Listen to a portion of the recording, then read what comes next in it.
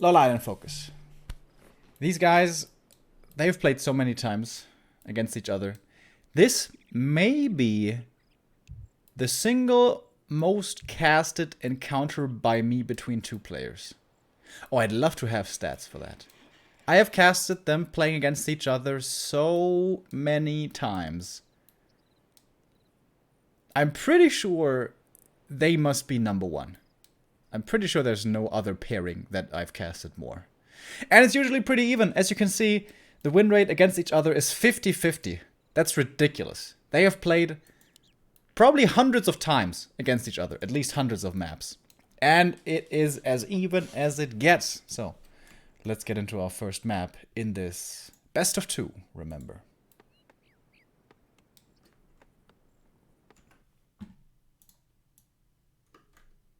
I'm gonna need to adjust these logos a little. Okay, that looks better. We have Focus spawning on the left-hand side here. Going for 2 borrow tech. That is rather unusual. Want to make sure the resources are correct. And they are. Okay, good. And LawLiet over here on the right-hand side. Ancient of War creeping can be pretty risky on this map. Can be punished, certainly. Twisted Meadows, hard to start off on for Night Elves and also for humans. Kind of for everyone. It is the Keeper, by the way, against the Blade Master. Blade Master is setting up a possible Rock Golem creep. And the Peon did scout this creep attempt, but is not going to be disrupted. So, interesting choice here by Focus. Oh, a little bit indecisive perhaps. He was first considering going to the Rock Golem and then, I guess, saw that he was scouted out by a Wisp, decides not to do it, then going over after towards the Merc camp here. And I thought perhaps this was going to be too late, but no, it is in time. Keeper abandons the creep for now, is not going to risk things. With the Blade Master around, this is too dangerous.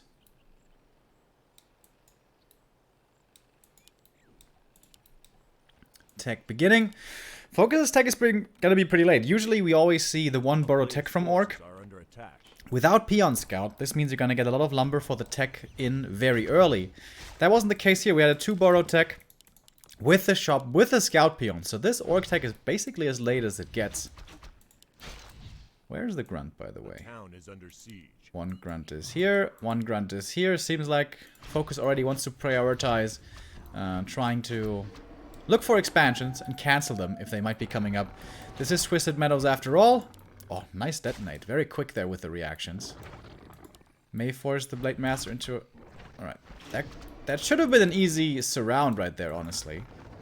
Still forces the Windwalk, I guess. So, early game, not too much is happening. Both players are or were delaying their tech for a little bit and basically denying each other's creeping.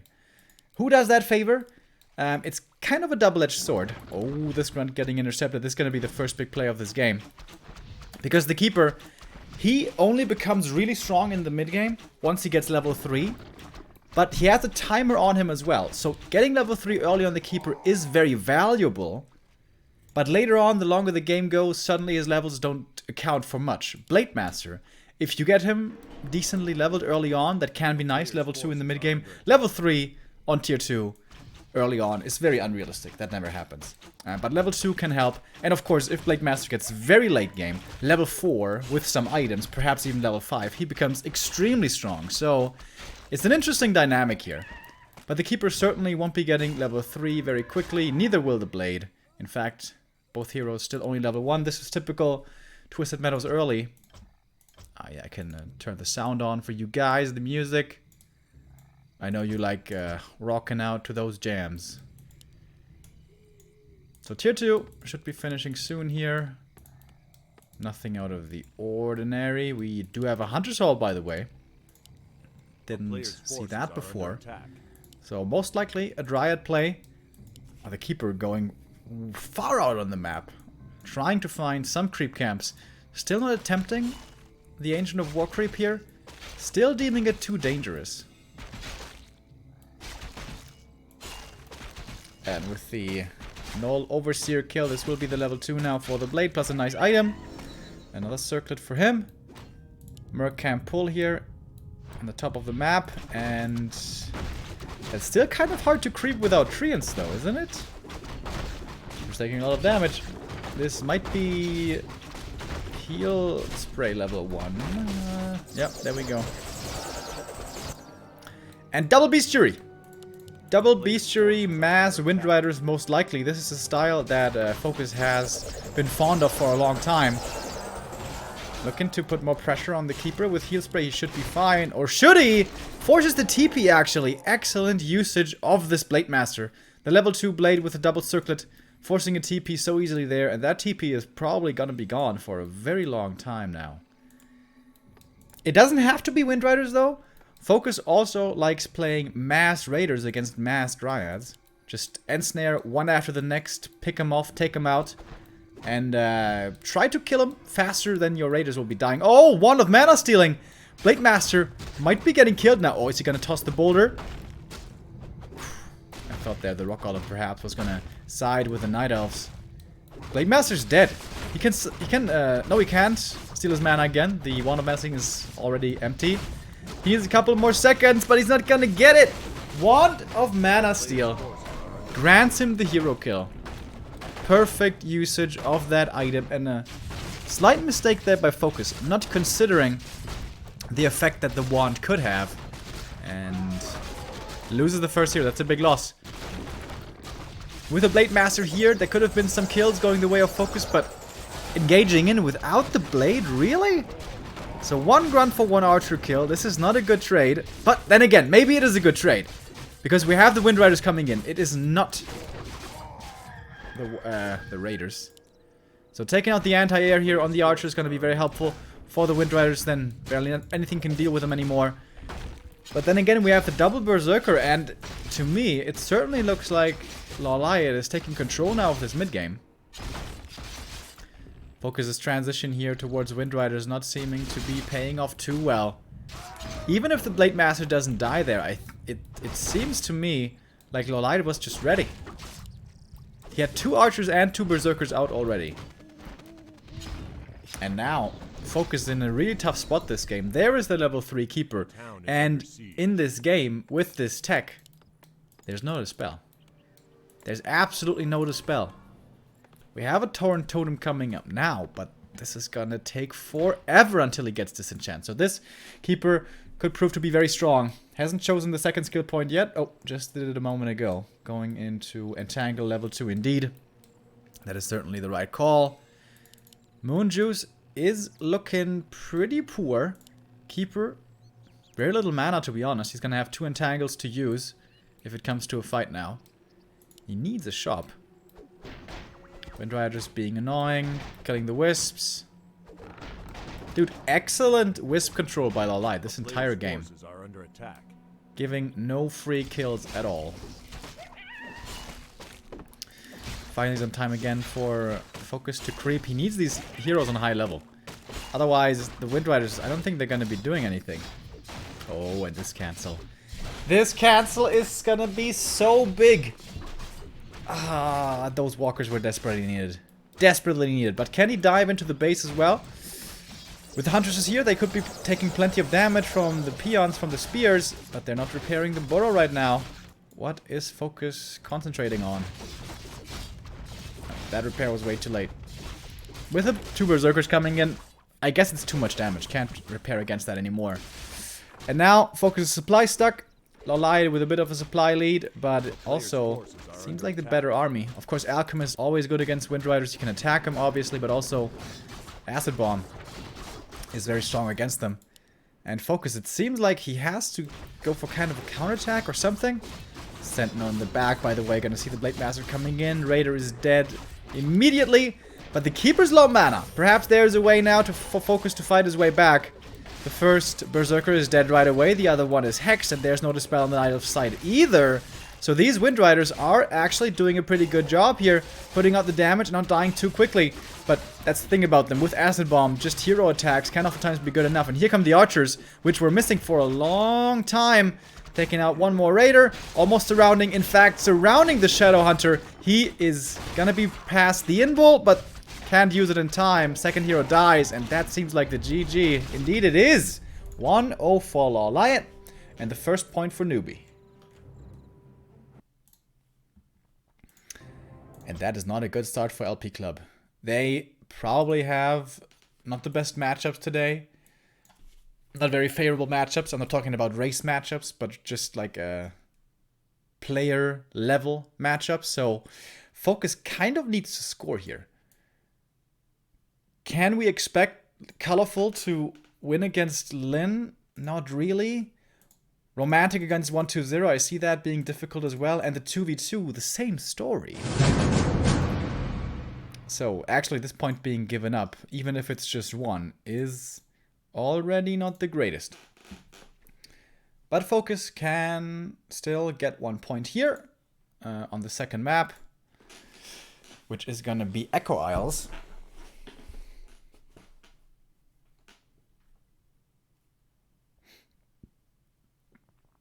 And LawLiet isn't having the best of times here these last couple of weeks. He lost his previous match in Penguin Sky Cup against Happy. But, I don't know. Happy is happy. How did he play in the other game? How did he play yesterday? Yeah, he lost as well against Sok. Yeah, so LawLiet has been losing recently, but here now he gets the win. His first 1v1 win, actually, of Penguin Sky Cup. And now looking to make it a 2-0. Oh, thank you very much. Stars and Stripes for the 200 bits. I love you, Remo. Brush my hair, please. And Shaw Rayton with the 100 bits as well. Remo, could you put on the music a bit? I did. Maybe you sent that before. But yeah, we got the music on, we got the jams, and now we got map number 2. Echo Isles, as I said.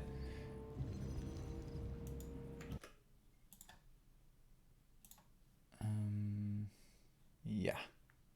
LawLiet on the left-hand side, Focus on the right. And LawLiet taking a calculated risk, going for the Ancient of War creep early. I kind of always like to see this, because normally it doesn't get punished. But think about what happened in the last game. Last game, we had 2 borrowed tech with a Peon Scout. If this happens here, this Ancient of War is going to be kind of a disaster, because you can't creep this. If you do, you get punished way too hard. Blade Master's gonna have a field day. But it comes at a cost for Orc as well, so it's a bit of a gamble early on. Deciding on the build is a bit of a gamble. Focus could very well decide to go for 2 borrowed tech with a Peon Scout and look for the Ancient of War here. But what if it's not there? What if it's just up here, just taking the green? Then suddenly you can't really do anything with the information you gathered. You can't be aggressive. You kind of wasted your scout, you wasted resources, you wasted tech speed. So, Focus isn't doing this. And it has to do with the meta, it has to do with the popularity of strategies. But this is becoming more and more popular. This Ancient of War creep over here is becoming more and more popular over the last couple of weeks. So I'm kind of surprised that we never once see any Orc scouting. You know, maybe sometimes it's effective, sometimes it's not. But yeah, I've never once actually seen anyone try to do anything about this. Blade Master starting off with some creeping. I think music's a little bit low, right? Turn it up a little. Gonna be a quick level 2 for the Keeper if he doesn't deny too many of these creeps. And he doesn't. LawLiet is doing it very well. Claws +9 also certainly nice for him. Blade Master, Circlet. Alright. And there's the 1 borrowed tech. This is gonna be quite fast. This creep does require a little bit of repair, so we'll slow down the tech here. In fact, it's Hunter's play before the tech. So most recently, the way I saw LawLiet playing the Huntress Expo against Orc was 3 hunts into Expo, or lots of hunts, fast tech, Alchemist into late expansion. Wonder how he's gonna do it here. This most certainly will be with an expansion. Keeper hunts doesn't work on one base. Blade Master is around, but is too slow. And Focus now must be a little dissatisfied with this early game. He was banking on the fact, kind of, that this greedy camp wouldn't be taken. But it was! And of course he couldn't do anything about it because he didn't scout for it. Moonwell's finish. Is this a wall off, by the way? I don't think it is. I think there's an entrance here. Blade Master looking for more items. Berserker as well here for LawLiet. And here comes the tech. Alright, so Huntresses into tech, into expansion seems to be the play here for LawLiet. And investing into the Berserker as well. So it is gonna be quite the late expansion, to be honest. Grunts for focus can't do much at the moment. This is always the issue for Orc in the early game. Grunts are kind of, yeah, left without a job. Can't move across the map as they usually do because the Keeper will just snipe them out. And whew, that is certainly a level 3 Keeper very fast. That is so scary. He has Treants too? What? Shouldn't he just be aggressive now? Look for grunt kills? With the Treants too, he can continue creeping better, but it's also guaranteed progress and guaranteed value out of the skill point. Whereas if he goes for Entangle 2 looking for grunts, first he has to find the grunts. And Echo Isles may not be the biggest map, but is he gonna find them here? The wisp spread isn't too big. So anyways, Keeper continues creeping. Big mana pot. Oh my god. These items are looking very good for LawLiet, looking very good for Newbee. And I'm kind of afraid for focus here. I like the Troll edition. With the Shadow Priest, it's gonna have to spell, and with the Berserker, he's gonna have very good damage. Item from the Mercamp was the Talisman, which can also be really good for the Blade Master, actually. Helping him a lot with tanking. And that is level 3 now for the Blade. Both heroes kind of racing towards that level on this map. Blade Master coming in, but perfect Sentinel positioning. But Focus sees the Keeper's low mana. But there's a mana potion. Is he gonna commit it? I think if he used the potion there, perhaps he can kill the Blade. But maybe the cooldown wasn't ready. A player's forces are under Blade going over to the Expo, but the Huntress here, that's really important. Huntress to be parked here so the Blade can't just heal up with a heal salve and continue to attack the tree. Nice plays. High level plays by both these guys. Ah, it was level 1 Entangle. Right. I forgot about that. It was level 1 Entangle. So probably can't even kill the Blade with it. Ah, yeah. But now he's level 4 Keeper. Now he does have level 2 Entangle as well. And what's Focus doing? He's got the Shadow up. Counter expansion could still be a consideration. Again, this expansion was pretty late. The Blade Master may be able to continue to cancel the Entangled. And that's exactly what he's waiting for. Serving a double purpose here. Delaying the economy from the opponent. And at the same time buying space for the Shadow Hunter. Town is under siege. So the level 3 Blade Master being leveled up so quickly was kind of nice for him. The level 3 on him is very strong right now, but it makes things very difficult for the Shadow. He gets this camp, the scraps, plus this one, the green. And he can go for the Murlocs here, I guess, but Murlocs are never really comfortable to creep. And then that's still at level 3. And reaching level 3 after this is gonna be pretty tough. Normally, you ideally like to keep this camp for the Shadow, but it was taken earlier. Really good Blade Master control here. Scouts the incoming attack from these Huntresses. But we have Shadow Priest with full mana, plus 2 Shaman, so Entangle shouldn't be able to do too much, honestly. There's a speed scroll as well on Focus. And the Keeper doesn't have too much mana in the first place, but still has that greater mana potion. Oh, Shadow Priest gonna get taken out almost. Heat Wave coming in, and easy hold there for Focus. If there's enough to spell, it is pretty easy to not lose too much against the Keeper here. Looking for the Alchemist kill. Only level 1 hero, but is he gonna commit? Is he fully gonna commit? Big mana potion. That one's being committed, and the Alchemist is gonna die. The Dispel a little bit late from the Alchemist here with the Purge. Maybe too late to save the Berserker. In fact, the Berserker does die, and that's a big loss. And suddenly, not much mana left. This Shaman could use one more Purge to keep himself alive, but the Blade Master. Blade Master's cleaning up, dude. He's got the claws now as well. He's actually close to level 4. More mercs from the mercenary camp here to help out LawLiet. And he is gonna TP out. Gonna get some more Treants on the way out. That's more experience. And this is big hero levels right around the corner. Level 3 Shadow, level 4 Blade. Very close to that now. But it was a lot of time bought by LawLiet for the expansion.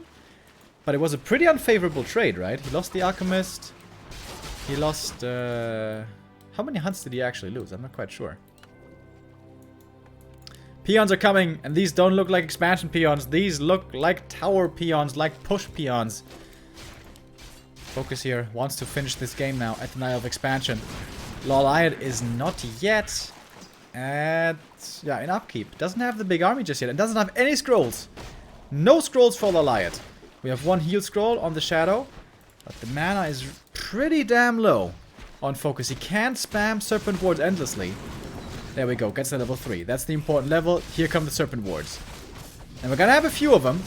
Oh, Wisp detonates though, investing a lot of them. And hitting pretty well. Hitting pretty well. In the meantime, the Grunts have to run as well. One of them has fallen. Shadowhunter's mana is still somewhat there, but you want to, when you engage into a fight like this, you want to be full mana and have clarities. Or have a shop coming up in the back. Peons, though, are just standing down here. And now the light is beginning to go into upkeep. 1-0 upgrades so far. And now just mass production on the units. A lot of wisps were committed here, so this was expensive. Out of the gold mine. Oh, Keeper in a bad position. But there's, of course, no Hex, so he gets back to the safety of the back line, as it seems. And going for the Blade Master now. He's surrounded. Oh, he could just be dead. Acid Bomb, right clicks, Entangle is ready again. He has to go for something to get out here. He gets level 4, but he still dies. And that is kind of a disaster. How are you supposed to do this now as Focus without the first hero? Seems to be the 2-0 here. The first victory for LawLiet in Penguin Sky Cup in the 1v1s. Oh, nice surround, actually.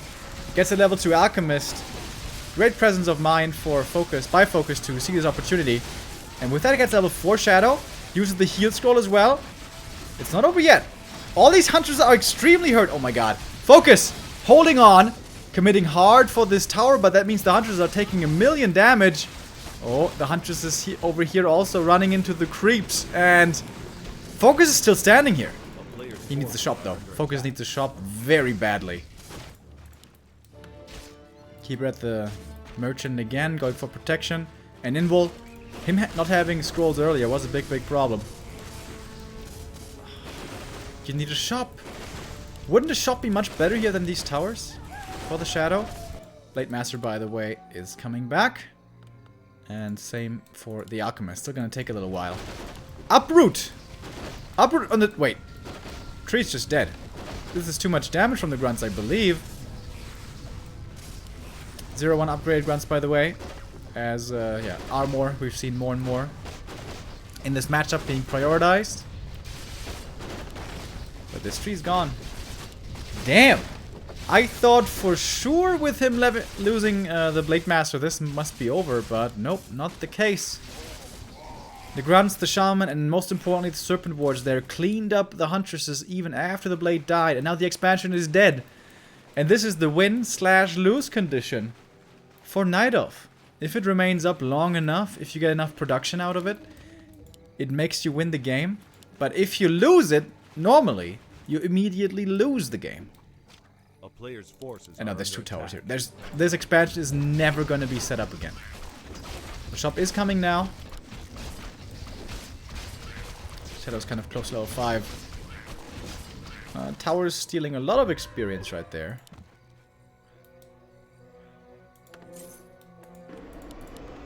Blade Masters. He sold the claws, which is very unintuitive for all you orc players out there, but it makes sense. He just needs to stay alive. There is enough damage from his army already.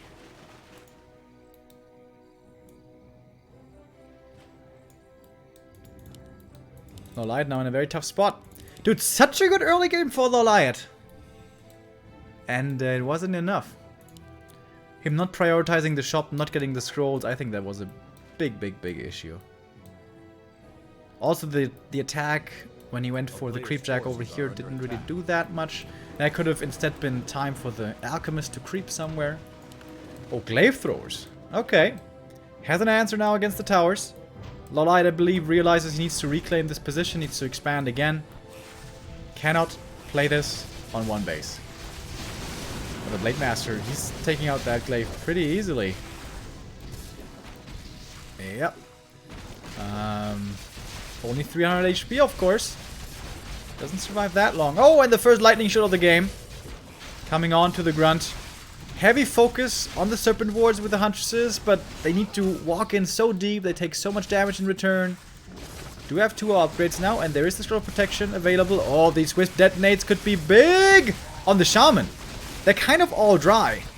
But focus can still fall further back, cancel, get back to his towers, and you're never breaking these 2 towers with the huntresses. That's just not gonna happen. 50 versus 50 still. Shadowhunter close to level 5. Oh boy. Oh, this shaman. Getting caught in transit, but does actually survive. Again, looking for the scrolls is LawLiet. He gets it. And the invul. Blade Master, a little far forward. Look at the misses. Holy shit, that was a lot of good RNG for LawLiet. You see? Talisman. Every frontline tank hero that already has a lot of armor, Talisman is really good.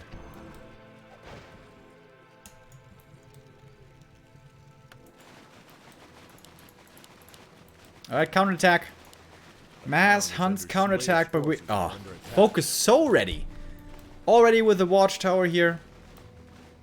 And reinforced defenses. It's a lot of... Oh, it's the smork play. It's the smork play just going for the stronghold. We've seen this before. Is it gonna work? What's focus gonna do? Just gonna do the same? Oh my god. Base race. Base race time, boys. Couldn't he have just TP'd? Couldn't focus just have TP'd? Uh-oh. Alright, this game becomes weird now. Stronghold falls. There is a TP, by the way. On LawLiet's side. He's taking so much damage on these hunts. I don't think he can TP back. His army's not big enough anymore. He lost so many huntresses.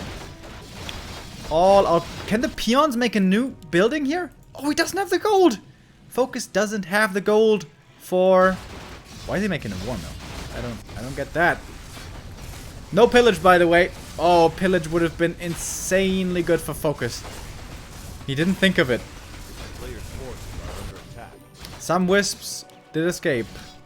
This is actually the only wisp. Alright. Only one wisp to make new buildings. One peon to make new buildings down here.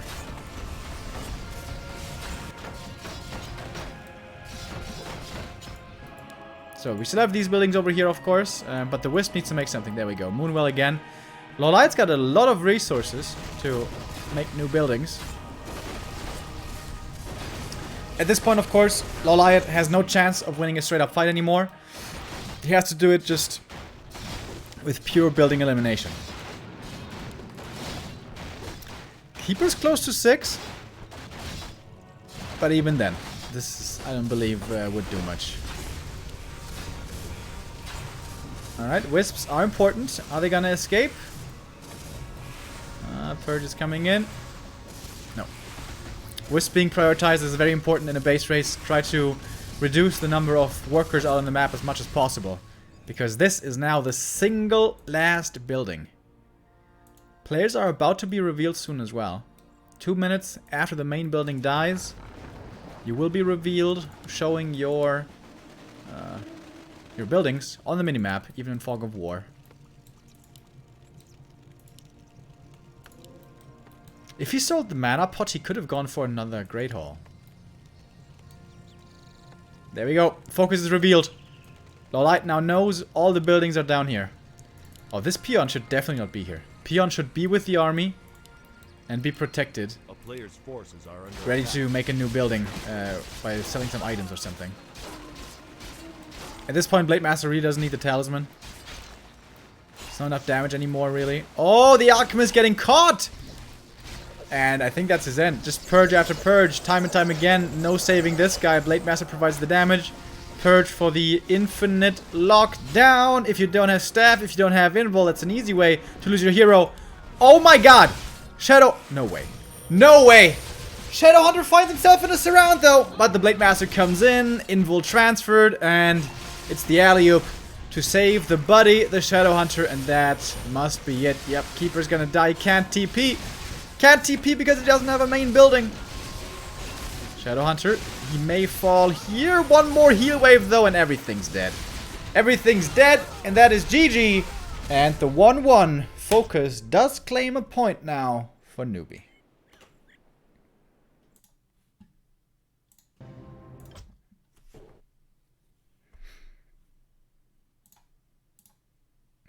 Cool game. Kind of surprised Focus got the win there. It seemed like after that early game, LawLiet should have taken it. I would have liked to see more aggressive level 3 keeper play. If you get keeper level 3 so early, spread out your units, perhaps with some wisp, or just send hunts to the different creep camps. Hunts and treants. And then usually it's 2 easy grunt kills every time. And playing from there in the mid game is going to be really difficult for Orc. Yeah, I think that was a little bit complacent by LawLiet, honestly. But well done by Focus to come back. It's so dark outside, dude. It's not even 2 PM. Looks like a storm's coming or something. Oh.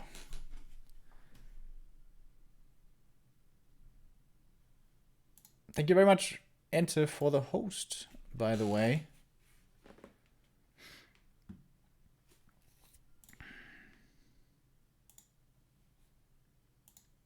So, our next match, if I'm correctly informed, should be the 2v2. That will be a best of 3. And yes, indeed. Tidewater Glades. A 2v2 special. That we don't have in W3IL. Right? I don't think we do.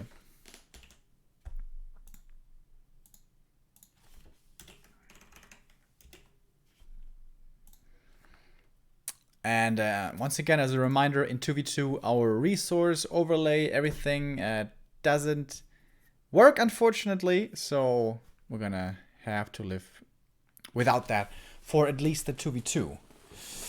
Yeah, and in the 2v2, man, I would be afraid of Newbee. Newbee have been looking so incredibly strong. Owning the 2v2 yesterday against Chimiko and Sok, that may have been the strongest 2v2 I've seen in months. And also in the EC London Cup, they won their first match very decisively.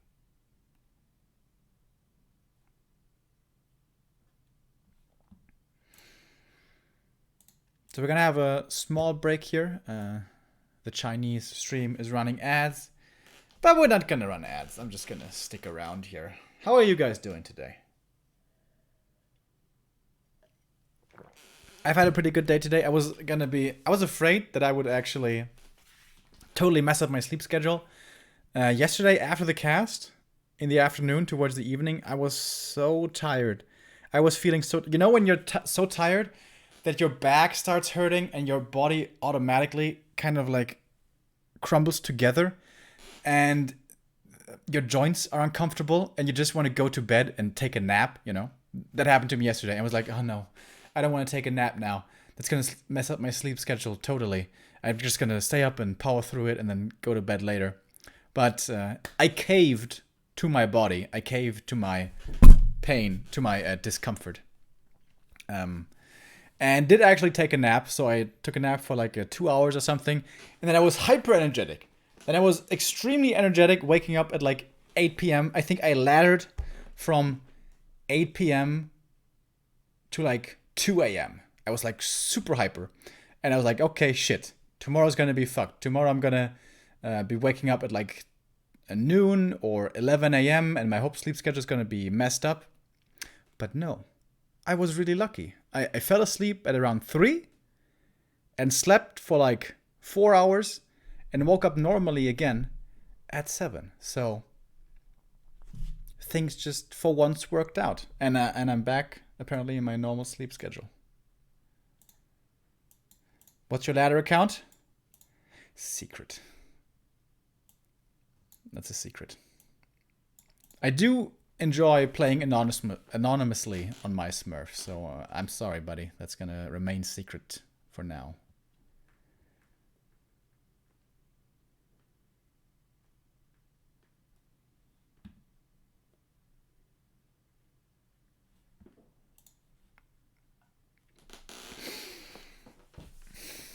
So we're about to, almost ready here to start this Focus versus Newbee. Focus and Romantic versus 1-0 and Lin.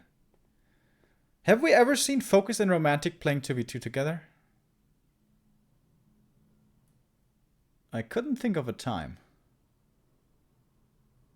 Maybe this is their first stint.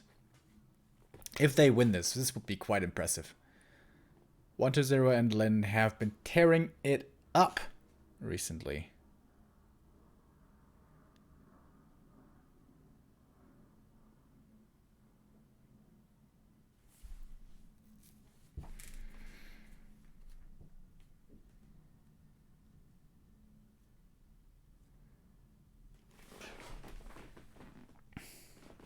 But I love taking a nap and waking up after.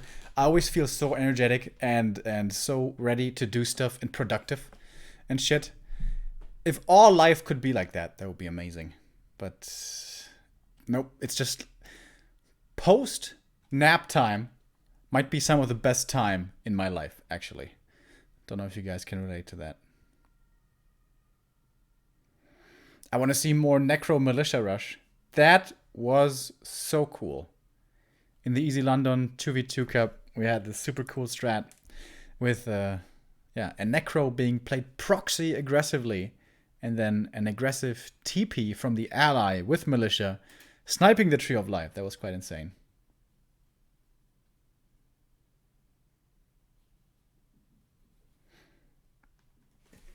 Do you play on a different account privately as opposed to the one you play on stream? Yes, correct.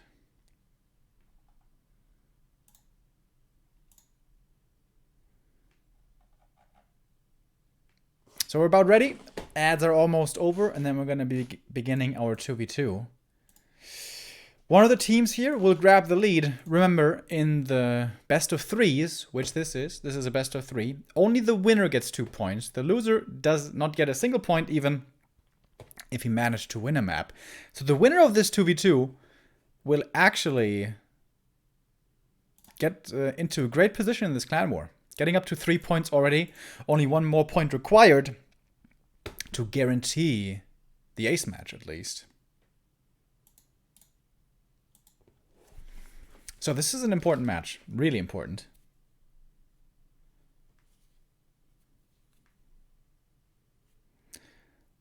What's your win rate? It's in the 70%. 70 plus.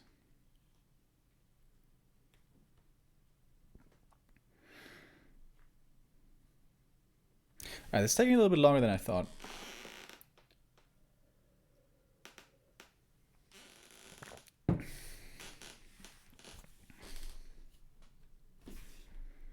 Everyone is here. Didn't we have like 1 million streamers yesterday where the whole lobby was full? Today it's very few only. Unfortunately, Neo is also not with us today. Neo, again, having to work. He's gonna be back tomorrow though, where I am gonna be basically experiencing the same. Won't be able to make it tomorrow because of work, but Neo is gonna have you covered. And tomorrow it's gonna be Emperor Sky Cup, Penguin Sky Cup. I always mix these up because we had Emperor Penguin Cup and now we have Penguin Sky Cup. It's like all blurring together in my tiny little peanut brain. All right, 2v2 time, boys. Let's go.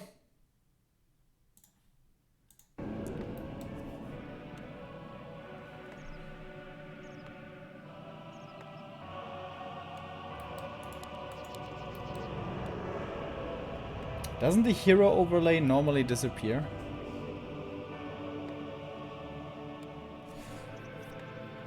That's a little annoying.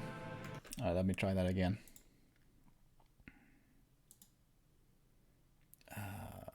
Okay.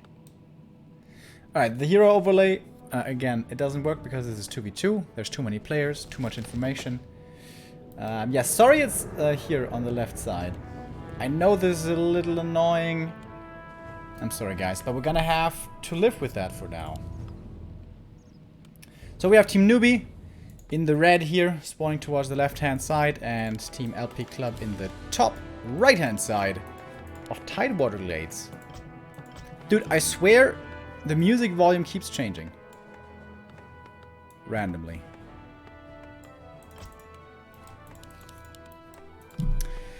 So, can now LP Club be the team to stop the rampage of the 2v2 that has been Newbee? 1-0. And Lin. Absolutely destroying everywhere. Their style, from what I could tell over the last couple of days, seems to be level 1 aggression. And try to slow down the opponent, harass, and try to kill some units and whatever. And quick tech up behind. On this map though, you may want to reconsider this approach. Because the first merc camp here to be crept is really valuable. Great experience, extremely easy to creep, and good item. And in fact, Newbee now will tag team duo creep this together. Item is the claws +9 for the Blade Master. That is an excellent start. Isn't gonna be as effective as some other items would be later on instead, like Pendant of Energy. Gonna be better in the late game. But look at these wolves. This is the weird new bug where creeps don't give up aggro. They just keep on chasing. So the grunt here took quite a bit of damage. Blade Master for focus aggressively across the map. Oh, can he fight through the reju? Oh, focus! Are you perhaps not too familiar with this map? Oh, look at the last hit plus coil. Oh, last hit goes to Lin. Yeah. And the claws. Oh, damn! That's +15 already. Securing coil once again. 0 experience for focus. Whew, that's a tough start. Yes, the overlay is bugged, guys. Again. This is 2v2. Our overlay doesn't work. I'm sorry. It's gonna look a little bit scuffed here for the 2v2, but it's gonna be back to normal in the 1v1s. Oh my god, that's claw number 3. So, what do you guys think? Late game. Like, when we get to 50 supply plus, should it be claws on the blade or claws on the lich? For Team Newbee. I think it should be claws on the lich. Blade Master could crit insanely, but for that he needs level 2 crit in the first place, so he's far away from that. And Blade Master is always going to be in the front line, he's always going to be in danger. He's always going to be susceptible to hero kill, whereas Lich in the back is going to be safe. We'll see how it goes. Coil steals it again. Still 0 experience. This is ridiculous. Oh, and the grunt. The 2 teams surround. Oh my god. Oh my god. This is nasty, dude. This is super nasty. And heal self. 1-0 has his own heal cells. Doesn't even have to coil the fiend. Level 2 blade now. I think, yeah. Focus got the claw though. Focus did get the claw. He didn't get the last hit. But at least the claw. Wow, this is really cocky creeping. This is extremely cocky creeping right now by Newbee. Oh, and who got the last hit? I don't know. I think Focus got it. I think Romantic and Focus got it. A player's forces are under attack. Was there no item? Oh, one grunt dies over here. Alright, finally something going LP's way. LP Club's way. Level 3 on the DK though already. This is certainly very early. They would love to get the Dire Wolf last hit plus item as well. Coil. 120 gets the last hit. Item. Picked up by Lin. Lin was waiting in the shadows, not using the backstab to last hit, just to scoop up the item. Dude, these two are playing so amazingly well together, it's insane. It's insane. A player's forces are under attack. Alright, so tier 2 done. Lich is out. Tier 3 coming in for 120. Fiends, Slaughterhouse, the norm. What we have for Lin is tier 2, Raider Walker, and Shadow Hunter? Yeah, there we go. Shadow Hunter over here. Romantic, we already saw the rifles. Tier 2 rifles it is, with an MK second. And also Shadow Hunter second for focus with a blade still level 1. This blade having a terrible time so far. And the Raider Walker as well. So, no unusual army compositions. We're gonna be going into standard late game armies. But it seems certainly like 120 and Lin got the better end of the early game. Shadow Hunter and Lich now creeping together. Oh, actually giving solo experience to the Shadow. Again, the teamwork here seems to be very well thought out. Blade Master is coming in. Oh, shouldn't soak up the experience. Does soak up a little bit. And sees the human forces approaching from behind. But Focus now getting a lot of time to catch up on levels. He did get level 2 Blade. He does get level 2 Shadow right here as well. And the Blade Master inventory not looking too bad. Big mana for the Shadow is going to be amazing. And yeah, we're still creeping. Fairly passive mid-game. We saw quite a bit of trading in the early, but now it's all about creeping. Sobi Mask again. Second Sobi. Oh, is he gonna give it to the Shadow? Maybe not. Red Camps here can give auras. It's the same as Ogre like Brilliance Aura, Close plus 12, that stuff. I think. And a lot of experience. Headhunter, by the way. That's kind of unusual. Normally, Orc provides the front line. Undead is responsible for the back line. We do have one Headhunter here at least. Peon coming out as well. It's going to be an expansion, perhaps. So, what was the big item? Alright, I was wrong. Sorry. Wait, didn't this used to be the auras? Because, no, it's a Resto Pot. So, also possible Scroll of Restoration. Which is... Oh, damn! And they get it. And they get... Yeah, I was wrong on the item drop, but I thought it was that, but... Ooh, that's the best item. That is the best item in the game, which is always ridiculous, and in 2v2 even more so. Oh my god. That item can turn fights by itself. Level 3 Shadow now as well. That's very nice. MK, he's not having a very good time at all. Only level 1. AM, level 3. Yeah, levels on Newbee is certainly looking better. 3-3-3-2 heroes. No, 3-3. Yeah, 3-3-3-2 heroes.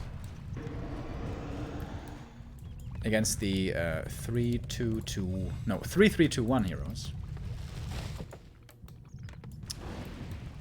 Satyr camp being started. Oh, that's not good. If they fight this, they get mass cursed. But not actually gonna fight this. We do have a Crypt Lord now. Everyone's at 50 supply. Here we go. The first big fight of this game. Rifles in the front, getting ensnared, getting focused, spiraling pretty effective. Good impale towards the back line. Colonel Von Raider takes that one out pretty quickly. Kodo, that's the biggest kill though that LP Club can get, and they get that kill as well. Next impale coming in, hitting nicely, but that was the last of the impales for now. Towards the side though, the Raiders ensnared. Ensnares flying from Lin, and 120 picks him off with a single target focus. DK taking a lot of damage. Hex follow-up. He might be dying. The Destroyer's Dispel is on cooldown. And the DK falls. Big mistake there by 120. And now with that, perhaps it's LP Club taking the lead. The Blade Master on top as well. TP out from the Shadow. Gets away. But this is so many pickoff kills now. Trying to save the Lich is the Walker here, but no, that's not going to happen. The Lich is going to die as well. 120 loses first and second hero, and Raiders still on the chase. Dude, LP Club with a 6 hero focus. Waiting for the Destroyer Dispel to be on cooldown, then going for the Ensnare, Stormbolt, Hex focus. Oh, the Lich cannot die here, and he won't. TP up by 1-0, but that was unbelievably expensive. Expansion about to be done, by the way. But guess what? Guess what? Peons are seen in transit. Oh, man.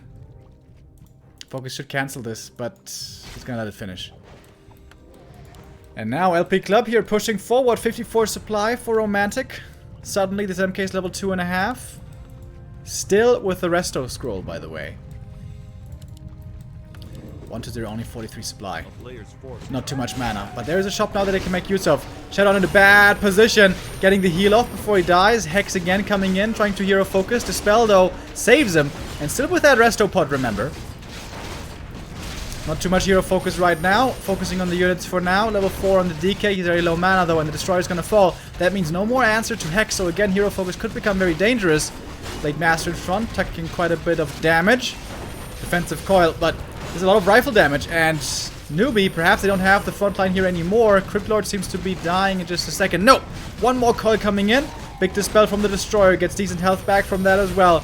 Ensnare onto it though. Another Impale coming in. Level 3 now for the Lich. That's a big level up. Not too much mana, and here we go! Resto Scroll being used. Everything is kind of topped off on the mana again, and health.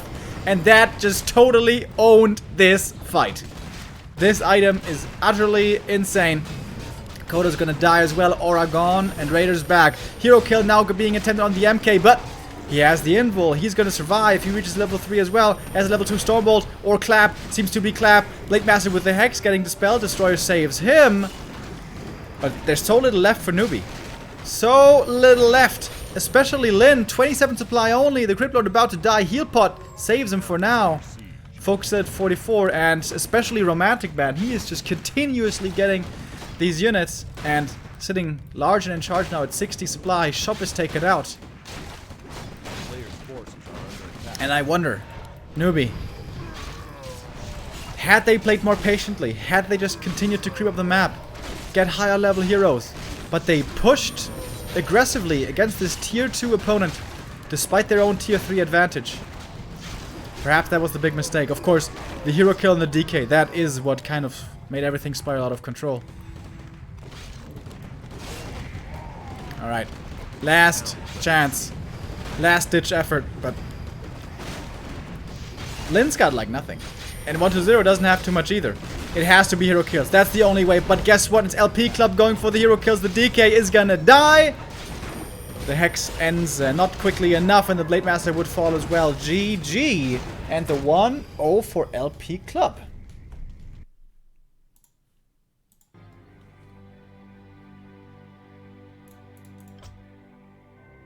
That was pretty impressive. I wonder, if that DK hero kill doesn't happen, this entire game looks differently, right? Crazy. How that game swung around. An insane early game. For Newbee. Well, insane is probably an overstatement. It's not like heroes died, techs were cancelled, grunts kept on falling, but it was certainly an advantage for Newbee after the early game. But yeah, it seemed like they were pressing the issue, forcing the issue too much when they could have been playing it much more patiently. And perhaps the idea was to go for this distraction attack and then TP out, buy time for the expo. But suddenly, Ensnare, Stormbolt, Focus, Hex, DK dead. Very well done there by LP Club. Seeing the opportunity to kill the hero.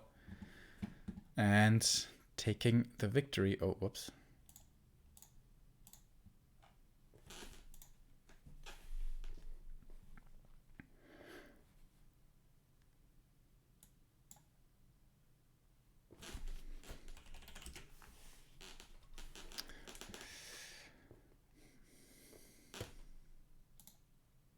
But it's best of 3. The single map doesn't necessarily have to mean anything for the points. It's all about who wins the whole series. We'll get the 2 points versus the 0 for the opponent.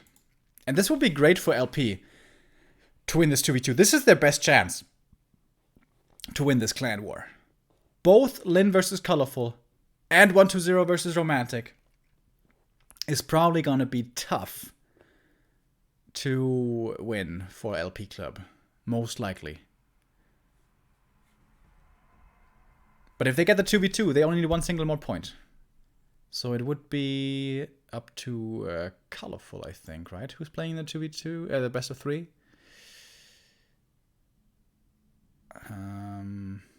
Wait. Yeah, 120 versus Romantic is going to be best of 3. Lin versus Colorful is going to be best of 2.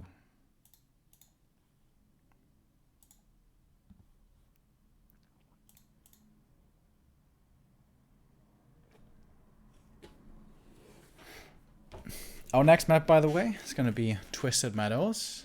In the 2v2, the #1 split push map.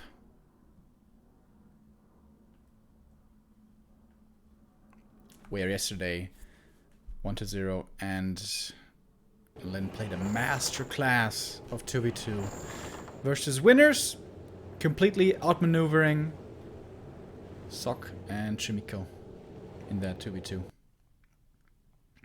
Solala85, thank you very much for the 2-month resub. He says, thanks for the great entertainment.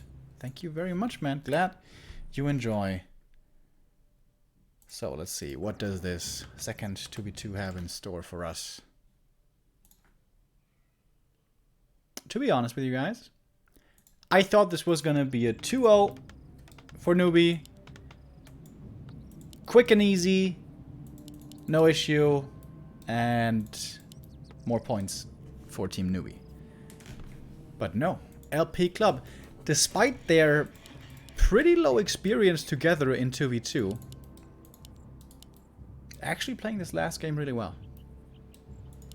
Even with an advantage after the early game, disadvantage after the early game. Coming back. Power build on the altar. Kind of typical Romantic style. Investing heavily into the early game and willingly sacrificing tier 2 tech speed. This is what we see from him over and over. And this is of course what a power build does. Means the barracks gonna be later, means lumber is gonna be lower, means tech's gonna be slower. But the hero is, as you can see, a decent bit faster. You can go for the lab. It's not really dangerous to take. Unless Blade Master goes super aggro with a speed scroll early. Oh my god. Which he might. This is an early shop. Oh. But there's no scout going on. So Newbee don't see that this was a power build altar. So Blade Master's probably gonna go to the merchant first. Acolyte scouts where the orc main is. Oh. I wonder. Is Lin gonna read this now? Is he gonna read this and just speed scroll over? Might not even be in time though. He is gonna take quite a while to arrive there. So 7 militia required for this. Should be doable. Important thing is not to get the water elementals ensnared. So they tank the full damage. Tome of Intelligence and Boots of Quel'Thalas. Focus is gladly gonna pick that up. Focus on his blade is not doing anything right now. Looks to be... Oh, wants to cover his ally. This is what I was talking about earlier. The level 1 harass from Newbee. This is usually what they like to play. Oh, and there's so many peasants here. Oh boy. There's a big entrance into the main. Arcane Tower is done though, so that dissuades one from diving into the main base. Oh, the grunt block. The grunt block! You can get it again from the south. Oh boy. Speed scroll. This AM is dead, right? Yep. Oh, TP. TP to the orc base. That's really cool. Because there you can make use of heal cells. But the shop isn't quite ready yet. Tech is coming pretty fast, by the way. How is this tech so fast? He skipped the barracks. So he's going no footies at all. Just right into rifles. Maybe he was given some resources? Maybe not. just skipping the barracks. Cool. This is a really cool opening, actually, by Romantic. Oh, the AM in the back, though. Does he see him? Nighttime? He does see him. Windwalk. Yeah, he's dead. That's a lot of experience. A lot of experience for Lin. And he needed that, honestly. Being so aggro, they didn't do any creeping themselves. Now rewarded with some experience from that AM kill. DK and Grunt and Skeletons creeping together. Gonna be level 2 Death Knight as well.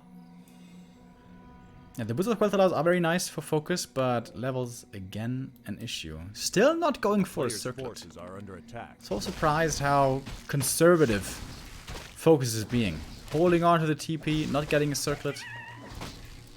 You kind of need TPs in the 2v2 though. You really can't afford to play without.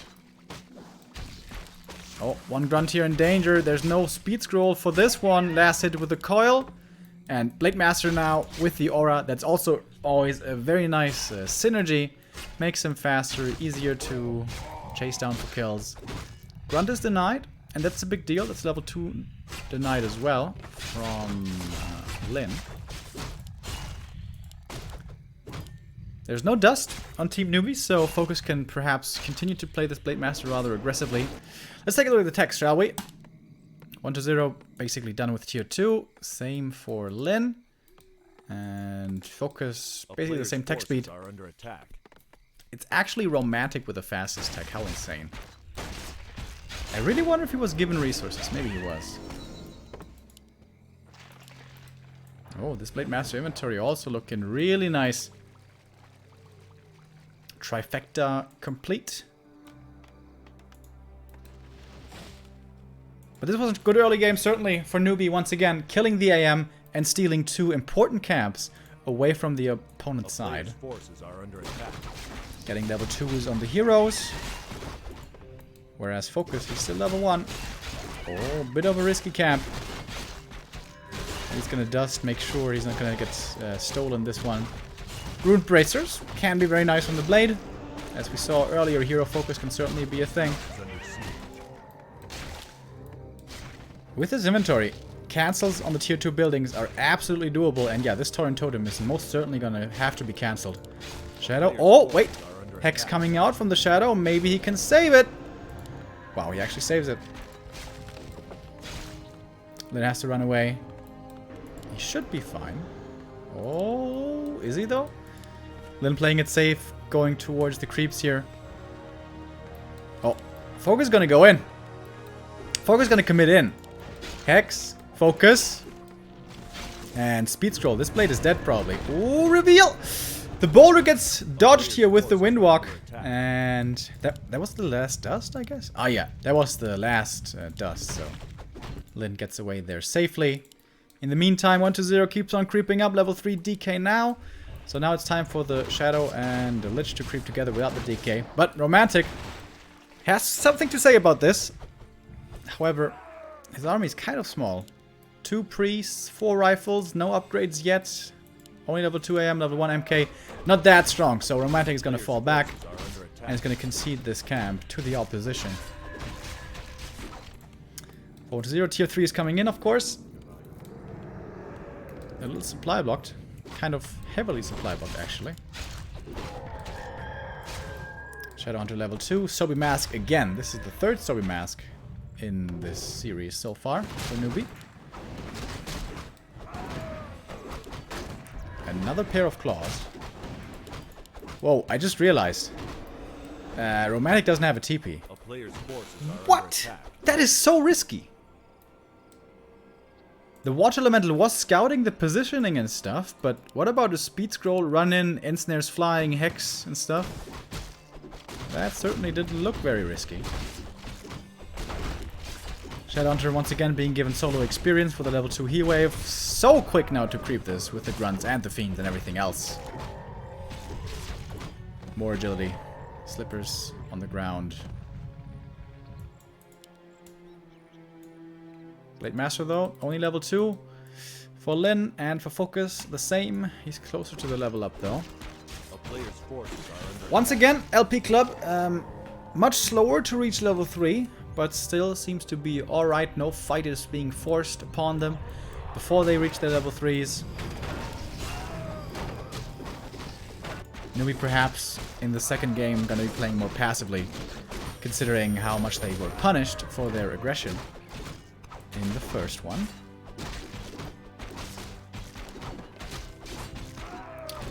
Dude, how many damage boosting items have we seen? There's another Slippers right here. Double invul as well. Oh, nice Water Elemental Scout. That's a waste of mana, Lin. But okay. And here we go. Peon setting up the expansion. At 43 supply. There's 2 peons here, in fact, which is kind of unnecessary. Oh, good old Destroyer push. Wow. Destroyer Burrow push. Haven't seen that in ages. Kodo Beast. Not eating yet. There we go. One Fiend certainly gonna die. Oh, nice Hex on the DK. Dispel against it. Trying to save the Fiend. TPing out. Frost Armor protecting the Fiend just barely enough. And here we go. The split push begins. 1-0 on the one side. Lane on the other. TPing back is romantic. Only half his army though. Whoops. The other half was left over here. 55 supply again. And 1-0 rebuys the TP. Focus needs reinforced defenses. Really, really, really badly. He has the resources. This will keep on happening. This will keep on happening unless perhaps you force a fight. Seems like LP Club will be forcing the fight. Marching towards Focus's main, of course. That one is going to be the one more vulnerable than 1-0s. So question is now for Newbee. Do they defend or do they just go all out counterattack and base race? With the expansion coming up, this should theoretically favor Newbee. But no. 1-0's TPing in. Behind the front line of his ally. Colnova on the Walker, that one's dead right away. Clap coming in decently, but only level 1 Clap. This MK not too strong yet. Blade Master in trouble, but Dispel against the Hex from the Destroyers or the Walkers, not quite sure. And now Big Invul running on him. Good damage as well on this Blade Master. And these heroes, especially the MK, not too strong here. Front line seems to be dissipating for LP Club pretty quickly. The Riflemen diving in deep. 2-0 upgrades now on them. Big damage, but also kind of exposed in the front line, basically where they find themselves now. Blade Master again in a dangerous position, but repositions towards the back. Frost Armor as well to help the ally. Again, great teamwork. Dispel against the Frost Armor though. Dark Ranger, by the way, didn't even see her yet, but it seems like Newbee are powering through with their tier 3 advantage. Focus's army has basically all but disappeared, especially when the Kodo falls. It's going to be another big loss in damage. Focus only has the heroes left. Invul popped on the Blade, going for the Blade Master kill, and he gets that one! That kill was required. That kill was necessary. Blade Master now on the sidelines. But it's not over yet. Still Spirit Link here everywhere. Priest can't dispel everything. There's so many things to dispel. Kodo survives. And Newbee looking to push forward. DK, so much mana. How does he have so much mana, actually? Priest, once they're getting focused, easily taken out. Coil comes in there towards the Dark Ranger. DK now with a level 4. The aura certainly will help. MK still with the invul. Hard to focus this one. Blade Master also protected with the TP. Nicely setting between the rally points. It's really hard to resupply army now for 1-0. This fight's still going on. Level 4 on the Shadow. That doesn't really change too much. Another Priest slightly out of position. Easily taken out. Blade Master.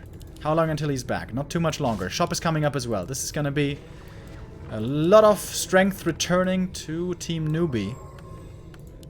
Can make use of clarities now. Easily. The Undead Dream. And the expansion is mining. LP Club there. They were saying no to the run-by style. No to the split push. Just forcing an attack. Brute force. Trying to win the game right there. But it wasn't quite enough for a win. But perhaps they can still close it out. Romantic once again the carry with these rifles. 57 supply for him, but Focus has only got very little left. MK is level 3 now, but not too much mana. Destroyers in the air. Raiders in front, Fiends behind. This is the late game where Newbee have looked so strong time and time again, where usually they always win. When it gets to 60 supply and upward, I have not seen Newbee lose once. Well, last game, Romantic was once at 60 supply, but by that point they had fallen so far behind. I guess what I'm saying is, in an even game, when we get to this late game. And this game is kind of even. The expansion here, that is the big advantage for Newbee.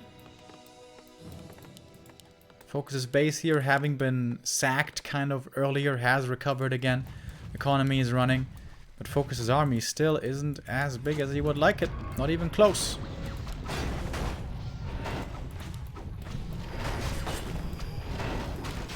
Rock Golem could drop an aura here. Many great auras to be found. Rune Bracers instead. Also for the Blade Master, pretty good. Gives it up in favor of the Claws. Or picks it up in favor of the Claws. Oh, Claws on the ground! No! That Lich, man. Again, I think all these damage items should go to the Lich, honestly.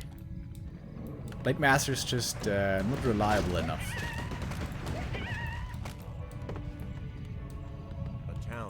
Alright, here we go. This is gonna be the big game deciding fight. It feels like LP Club need to kill this expansion, otherwise it might be game. Some reinforcements here getting caught. It's only militia though, one walker did die. Did he just stormbolt the Great Hall? That was just some weird visual bug, I guess. Alright, here we go. Newbee! Seeming to be in a position to make this a 1-1, or can this be another magnificent fight by LP Club? Rifles caught in the back. Focus, you need to be the front line here. First rifle, dead right away. The focus fire being pretty painful, but ensnare and right clicks from the rifles taking out these destroyers very fast. Coil comes in to heal, but not for long. Level 4 for the AM now. The aura is going to be very nice. More destroyers being morphed. So much army by 120. It says only 60. It looks like more actually. Blade Master died again, by the way. Sorry. Didn't catch that. There's a lot of stuff going on. So the Rune Bracers didn't protect him well enough. And LP Club, are they doing it again? Are they really doing it again? Level 3 on the Dark Ranger. The Dark Arrow now can help quite a bit. Heal Wave once again, saving the Raider there. But armies are still decently sized. The Blade Master may have fallen, but still lots of stuff remaining in this one. Kodo Beast, that's the biggest kill that you can hope for, but gets saved there once again. This Shadowhunter has so much mana. With a pendant and the backup of the Brilliant Sora, Focus can use Heal Wave after Heal Wave. Lich in a bit of trouble there. Getting focused with the Stormbolt and the right clicks, but there's the coil. There's always the coil for 120. He's not losing any heroes, and now LP Club's forces have all but vanished. The Blade Master kill was a great start to this fight, but it seems like the numbers game is just too much in favor of Newbee. They have to go for a hero kill again. Trying it on the DK now, but there is even a speed scroll. He goes for Death Pact. He had Death Pact the entire time. Playing it very safe now. Game 1, Newbee took some risks that were perhaps unnecessary, but game 2 they're playing it safe, they're playing it solid, and this is certainly their win now. GG, and the 1-1.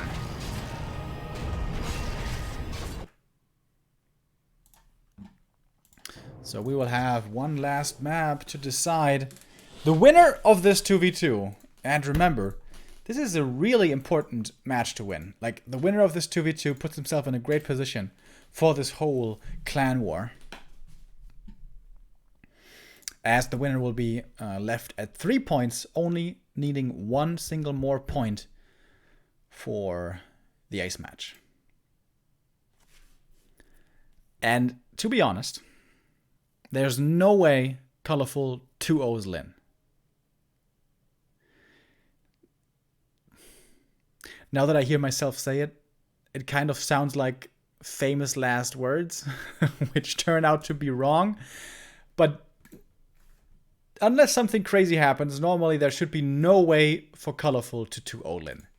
This means, if Newbee win the next map, it's almost impossible for LP Club to win this clan war. But perhaps they can rely on the ace match. Perhaps that's gonna be possible. We'll see.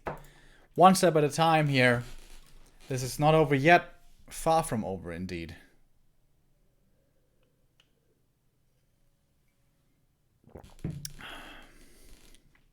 Lost Temple for our last map. A map that was played at the release of Reign of Chaos. And is still played today. Isn't that insane? Is that not insane? That's 17 years later. It's still being played. Really cool. There might be some viewers out there in chat right now which are 17 or younger. This map has been played longer than you have lived. Isn't that insane?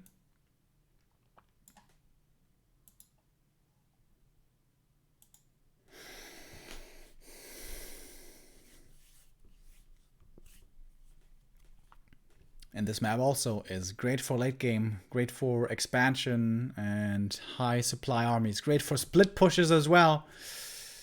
This could once again be a great opportunity for Newbee to play their style.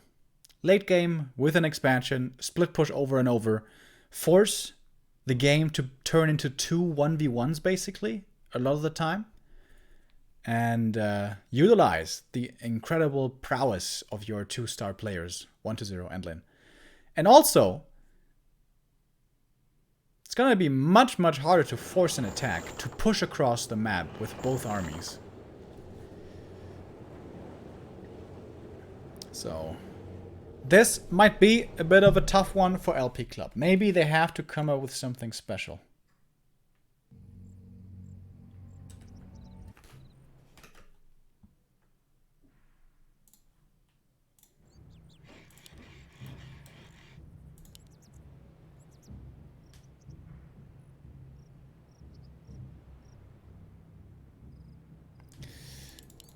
Why are the colors messed up in the overlay? That's kind of weird. Alright, can I change that?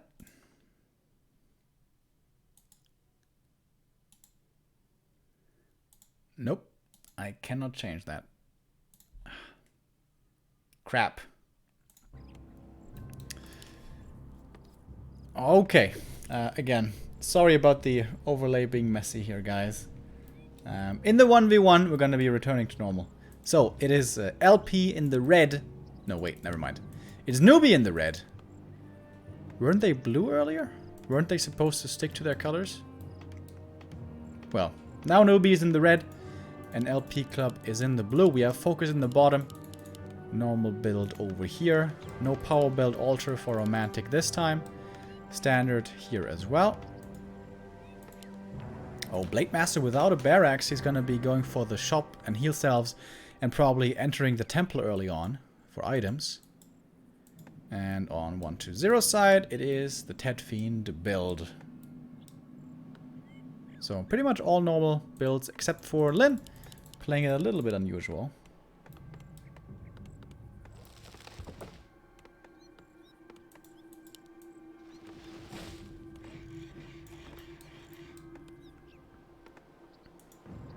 In the middle of the map, we have a healing fountain, which can be very helpful in the late game. Also, if you manage to creep it up, it's a lot of experience and 2 big items.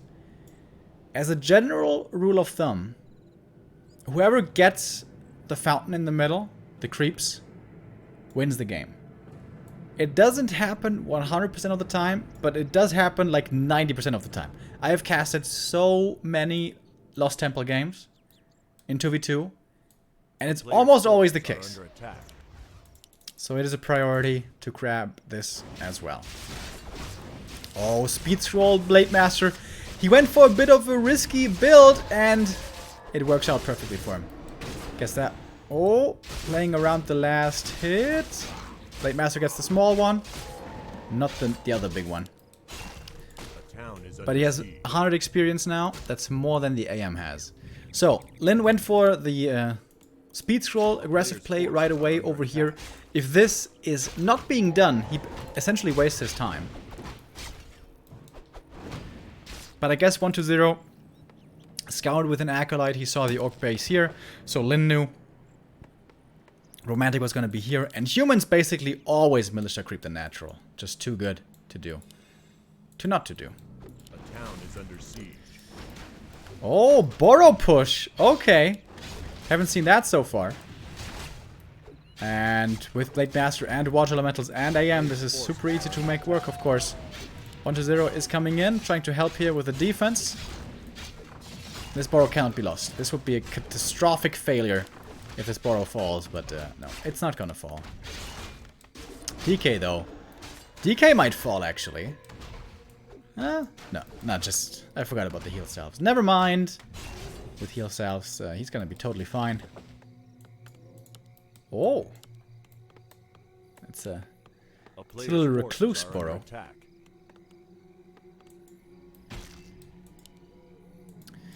Tech speeds, let's take a look. Lyn is the fastest, as it seems.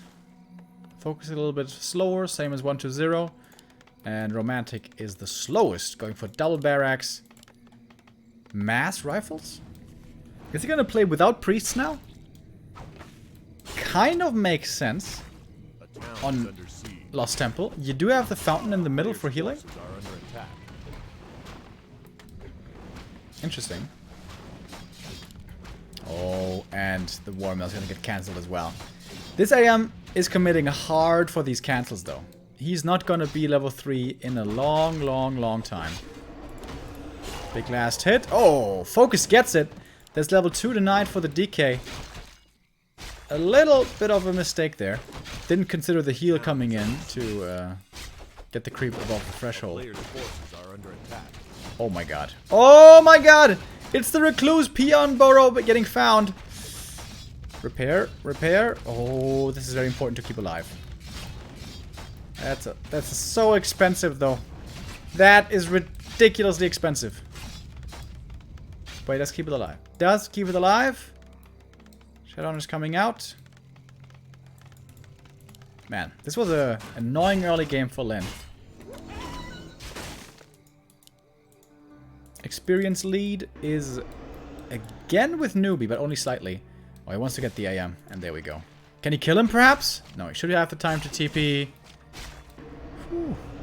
TPs to the Orc base again. To get the heal salves. And that is the middle. This is the fountain going to Newbee. Oh, great usage of this SH. Aggressive SH play. If you force the TP, that is the middle conceded to you. And you can see the levels rising now.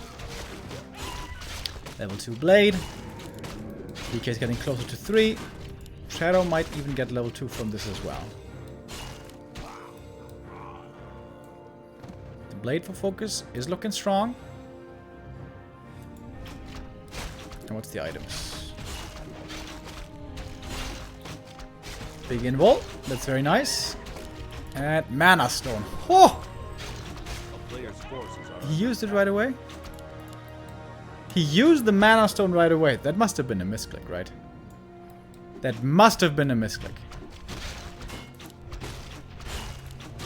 I think he wanted to use rods, but he was on the wrong hero.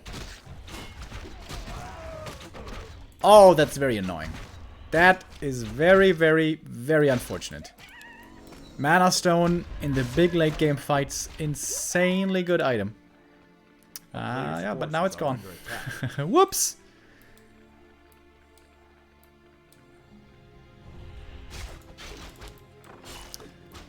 Again, Lyn getting annoyed in the main. This time it's the Blade Master. And he has pretty good damage here. These peons are suffering quite a bit.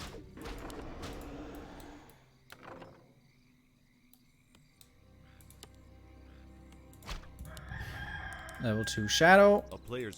AM did finally get level 2, but look how far away he still is from level 3, dude.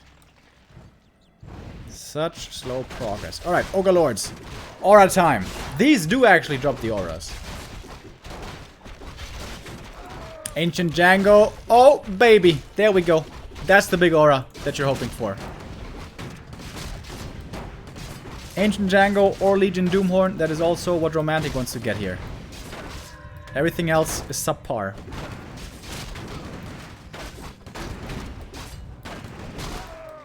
You guys remember when we get crystal balls from this camp? Katka's Pipe. Usually great item, but with an AM already on the field, rather useless.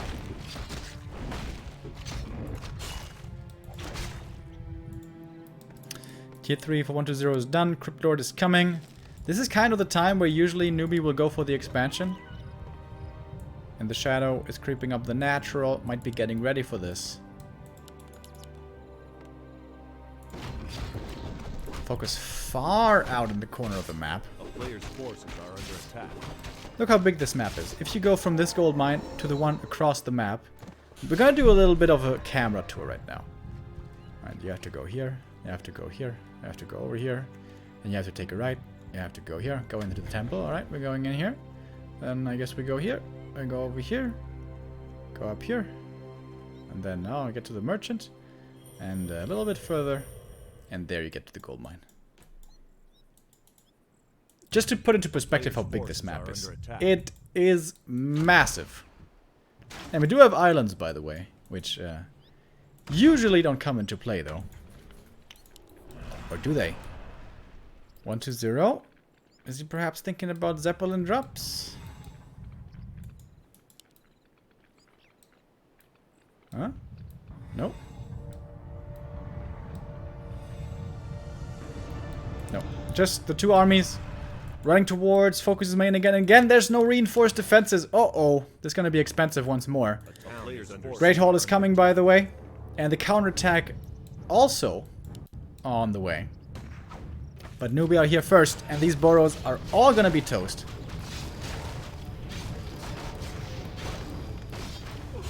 Oh, reinforced defense is just finished. Wow. Okay. That suddenly makes things a little bit more difficult. A lot more difficult, actually. And base race. Base race time, boys. Here we go. Both players going for pillage. That's pretty fun. Pillage at the same time, basically. Who's got more damage here? Seems like 120. And they are TPing back. It's just barely enough. Oh my god! Lin can't TP!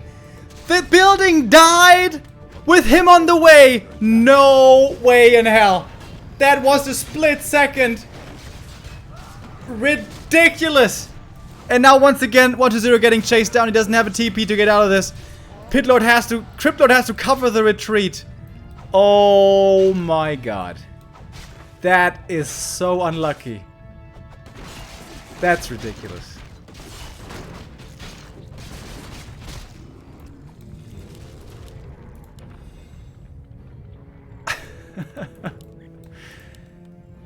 But they didn't lose this much this time compared to the last time. So they lost Lich, Cryptlord, Kodo. I think that was it.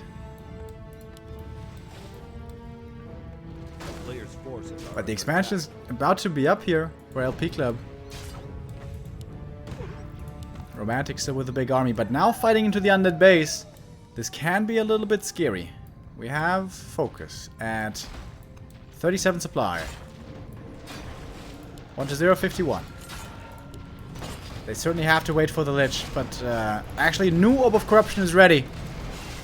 And in we go. Blade Master in certainly the thick of things, getting focused there. Stormbolt, right clicks, and snare.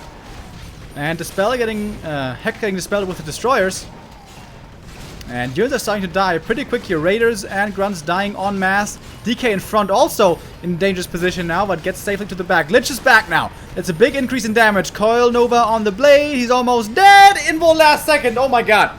That was so close as well. Spirit Link protecting the Blade Master. Stormbolt doesn't find the kill. MK has used so much of his mana, but didn't get any of the hero kills. So much Spirit Link to be dispelled. Destroyers get full mana with this. But the rifles are still here in large numbers. Crypto is going to be coming out soon. He's going to have one Impale to use. Only, though. Oh, but on the Blight next to the Undead main. Seems like Newbee are holding. And here's the Cryptlord once again. Looking for more chase down kills. Newbee hold. Newbee hold. And there's no TP. Oh, there's no TP for Romantic. And this army is so fast. With the Endurance, with the DK's Unholy as well. One more kill for the level 4, then they will be even faster. This rifle will give the kill. Just running him down. And, well, earlier he went for Death Pact to be safe. He might do that again. And expansion's up. 1, 2. 2 expos up for LP Club. We have 3 versus 1 mining Players' base. forces are under attack. This seems like LP Club's win.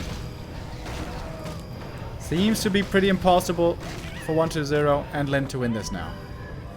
Important for LP Club. And they need to be aggressive. Blade Master probably needs to be over here harassing these, and the rest of the army attacking over here. But no. Newbee are falling back. Misreading this game, perhaps. Not realizing that there's an expansion. Blade Master should be scouting, right? He should be running around, shouldn't he?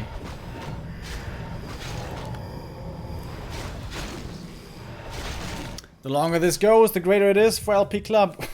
Dude, Focus was punished hard, though. With still only 36 supply. Romantic at 60. And new Expo is coming up. Alright. But this, even when it finishes, it's still gonna be 3 base versus 2. Oh, Water Elemental. Not gonna see it. It's gonna is this AM still level 2? No. AM's level 3 now. Oh, he went for Brilliance too, though. That is definitely the right choice.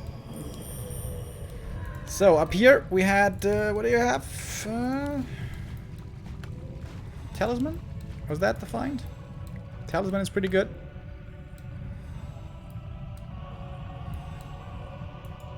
But Lin, he's got a tiny army only. 31 supply, that's all he has. Needs some gold from 1-0. 1-0 is an upkeep.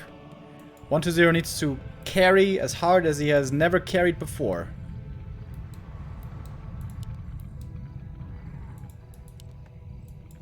Really impressed with LP Club's 2v2. This game, though, we have to say, that was so lucky.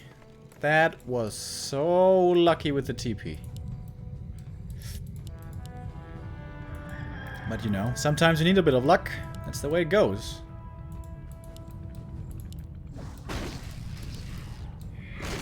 Newbee are defending the expansion. But the fact remains, it's gonna be a 3 base versus 2. More rifles, more upgrades. 2 rifles. And it's a whole bunch of them. The town is under siege. Alright, LP Club now with a big supply lead. It's like a 30 supply lead, I think. Yeah.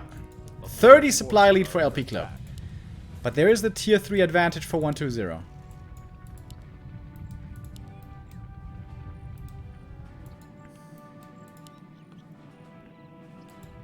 Alright, 1-2-0 is getting closer to 70 as well. Closing in on the supply difference. Look at this big army. What a massive conga line. Alright, Great Hall about to be finished. There we go. Finally mining again. Oh, and we're moving into this little funnel. This reminds me of Thermopylae. The 300. Can they hold off against the Persians? It's gonna be an epic fight, dude. 75 supply for Romantic. Focus still only with 50. Time for heal scrolls. They have 2 already. 3 heal scrolls already. They can go for another one. Tome of Retrain. Alright, he's gonna have Blizzard level 1 now. Or is he? Alright, there he goes. Blizzard 2. Blizzard 2 and Brilliance 1. Is that better? I'm not so sure. Brilliance 2? It's pretty good, I think. But okay, here we go. Alright. 1-0 and Lin. This will have to be a miraculous defense for them. Let's go. Oh, Destroyers ensnared and focused really quickly. It's not a good beginning of this engagement for Team Newbee. Another ensnare pulling the Destroyer forward again. That is so many kills so quickly. 3 Destroyers sniped like instantly. Level 3 MK now with that. Impel coming in towards the back, but it's such a big backline. It's so many rifles! I think they have to go for a hero kill, don't they? Crypt Lord in trouble. Gets another heal wave there. Falling back. Fiends all dropping low. This Blizzard actually doing great work. We have the Wand of the Wind coming in against that now. Crypt Lord already got the healing. Got another round of healing. MK getting focused. Hex! Focus! Coil! He's dead! MK dies! Team Newbee find the hero kill. But also suffer a hero kill themselves with the Crypt Lord falling. Newbee falling back. So many rifles. Endless amounts of rifles.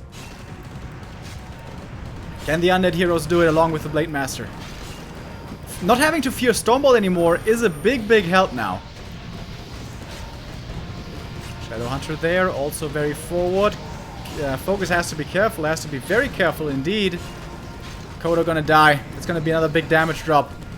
Kodo though, also over here, gonna be falling. And that's even more damage now missing from all these rifles. Blade Master, he's not finding any kills. Not able to find any kills. Too many rifles. LP Club are doing it. Seems like they're doing it. On the high ground, they're still trying to recover. There is a shop here. And these are pretty strong heroes. Ensnare on the DK. Second Ensnare on the DK. It's all about mana. And this is where the Spirits Aura now on level 2 is so strong. There's one statue in the back for Newbee, but... is that enough? Shadowhunter with new heal scrolls, new invul. Took the time to go to the shop. But there's a high ground here. Newbee are sitting on the high ground. They have to defend this Great Hall.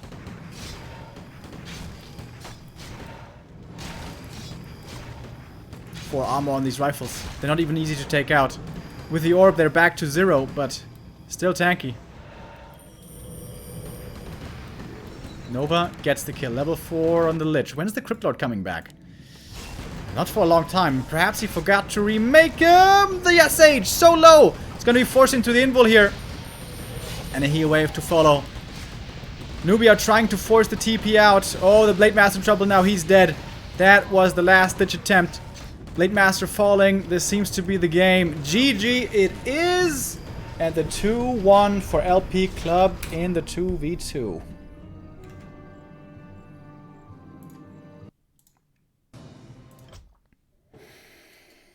And they get the win against all expectations. I am very surprised. Very, very surprised indeed. 3 points now with that for LP Club. Points that they probably needed kind of badly.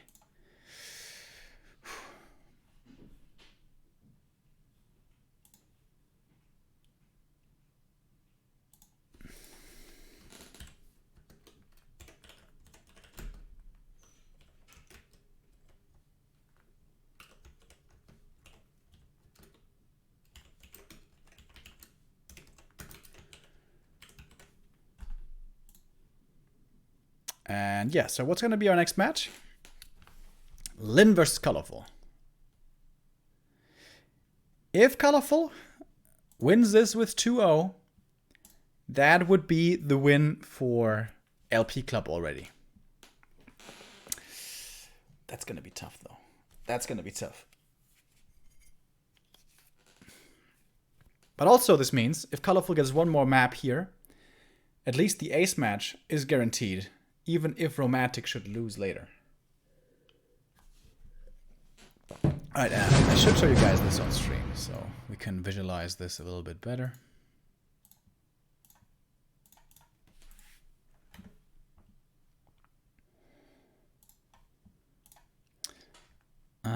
So, we have 1 point each from the first best of 1, and then best of 3 2v2 followed.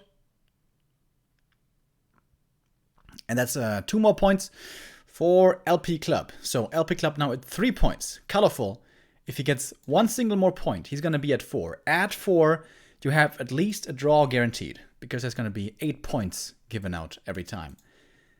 If Colorful gets just the single map here, this already will go a long way for LP Club.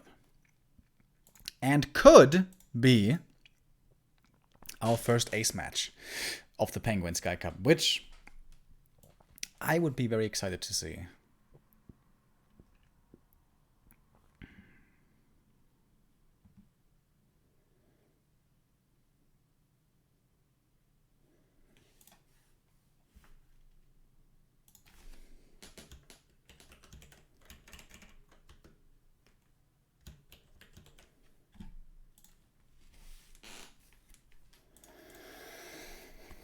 But Lyn is coming into this as the big favorite.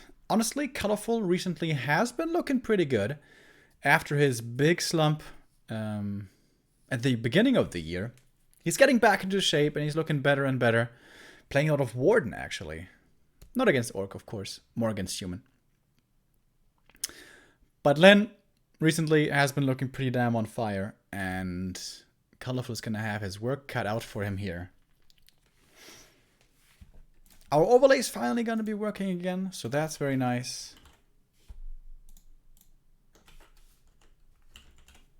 And I'm very glad that this Clan War is going the way it is so far, honestly. This could have very well been a pretty one-sided stomp from Newbee. But the 2v2, man, surprisingly strong. These two, Who and Romantic, are not playing in the Easy London 2v2 Cup, so we didn't see them there. But apparently, specialists here. They did win the 2v2 versus winners as well, by the way, with 2-0. I don't remember that series at all, though, to be honest.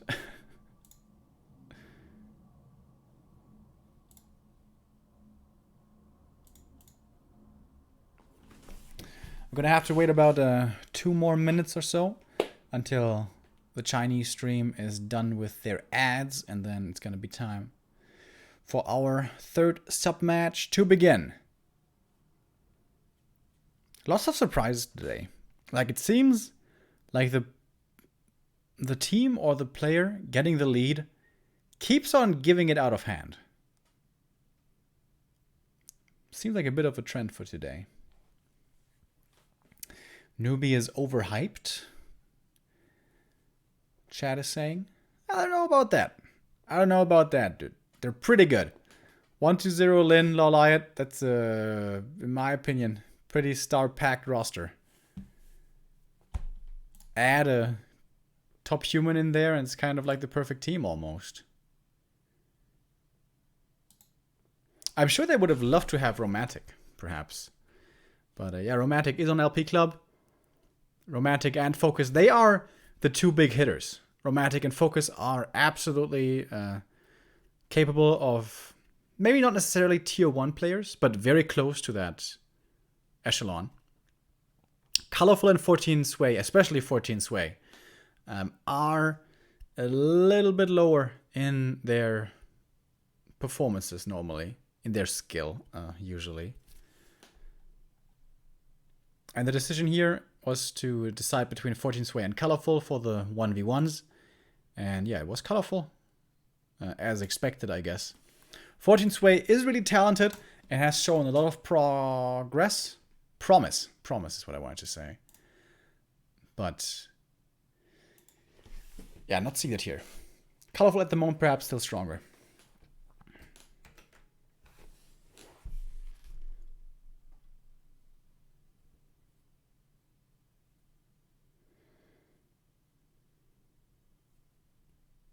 I think Romantic is underhyped. He's been really strong the last few weeks. Yeah, he was like kind of unbeatable when he was playing the Xiaowi Cups and the Shook Cups and stuff. But most recently in the WGL qualifiers there, he wasn't as unbeatable, which would have been pretty insane because he's been playing the Pro qualifiers, been playing against the best. He's still been looking pretty good, Romantic has, but not as untouchable as he was the weeks before. And I think he played against 1-2-0 just recently, and there he lost. So I would give the edge to 1-2-0 in their match later, after this one. But that could be a close affair. Certainly could. Although I think Romantic is playing a little too old school. But alright. Here we go. Our third sub-match of the day. We move back into best of 2. Oh, I have to change that in the overlay. It's Lin versus Colorful now. This seems to be on paper the biggest outmatch of the day. We've had LawLiet versus Focus. That was supposed to be very close, and it was pretty close. We had the 2v2, which was extremely close. We're also going to have 1-0 versus Romantic, which I could see being a very tightly fought affair as well. But Lin versus Colorful, there's very few people, let's put it this way, who would bet on Colorful here. Unless perhaps there's great odds. But yeah, Lin is coming into this as the big favorite. Newbee, kind of expected 2-0 here, I think. But if Colorful gets the 1 point, if he gets just one map here in this best of 2, it's going to be 4 points for LP Club, already guaranteeing at least the ace match. So this would be a great achievement here for Colorful. Doesn't need to get the win, just the one map. Does that give him some relaxation, some confidence, or is it perhaps a bit of pressure on him? Because he realizes he kind of has to get 1 point here. He has to get one map.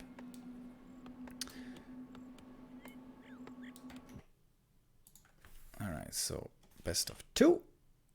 There we go. And now we can begin. Oh, guess what this is, guys? Again, Lin with the aggro play, Blade Bastard with the fast chop, and the Scout Peon. That's exactly what we saw earlier. Lots of Night Elves nowadays take the risk, go for the Ancient of War down here, take the calculated risk. But not the case here. Colorful's playing it safe, playing it with the Keeper at the green, and now already this early game for the Blade isn't that great. With this opening, he skips the barracks, meaning grunts will be coming much later. Which is could make creeping much more difficult for Lin. Oh wow. He goes double burrow into barracks. He does have to go barracks, right? There's no way around that. Oh, but guess what? Tree of Life coming. This is the perfect counterplay by Colorful. Oh my god. This is his best chance to get this win. He realizes there's no grunts. Blade Master's going to be the only force of damage. He's going for the quick level 2 to get the Entangle. That's the right play. So then, if his Tree of Life ever gets attacked, he has the Entangle control against the Blade Master and can ensure his super early expo. This is as early as it gets. This is a 1 archer expansion. Comes up. Oh my god! Okay. I was like, is the Blade Master actually not gonna die? No. Fights his way out.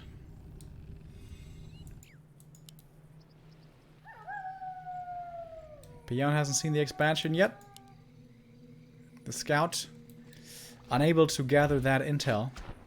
It's a very predictable position. It's either here, or here, or here. And the Blade Master sees it. But it's too late now.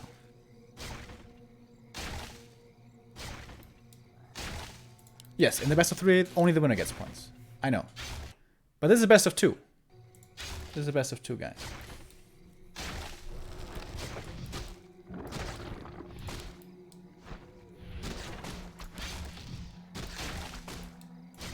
Wait, can you cancel this?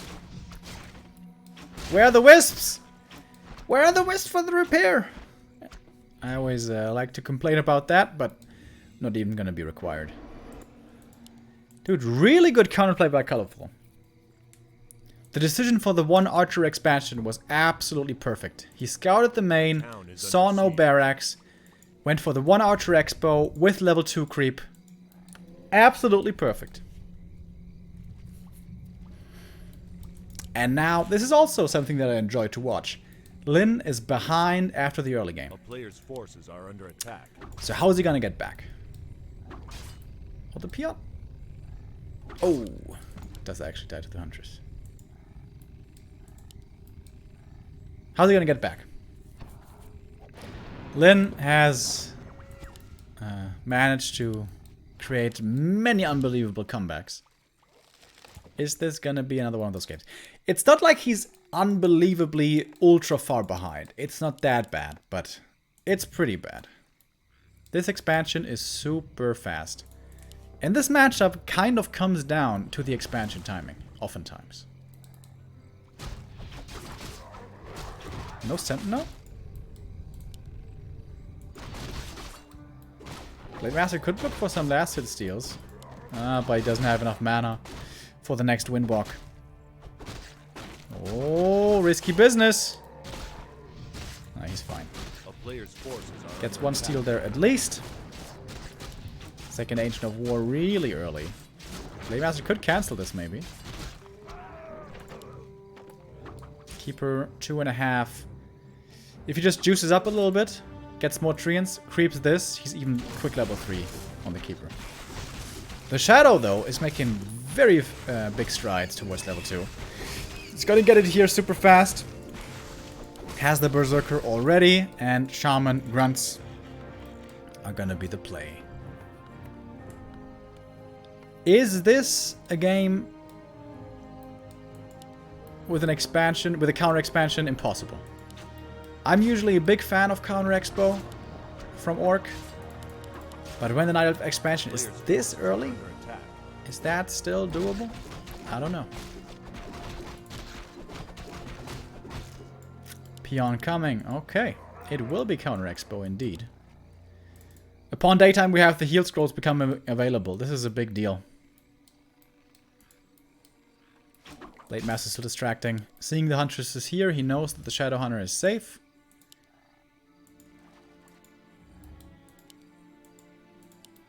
Lyn would love to get the Merchant, but there he might be contested.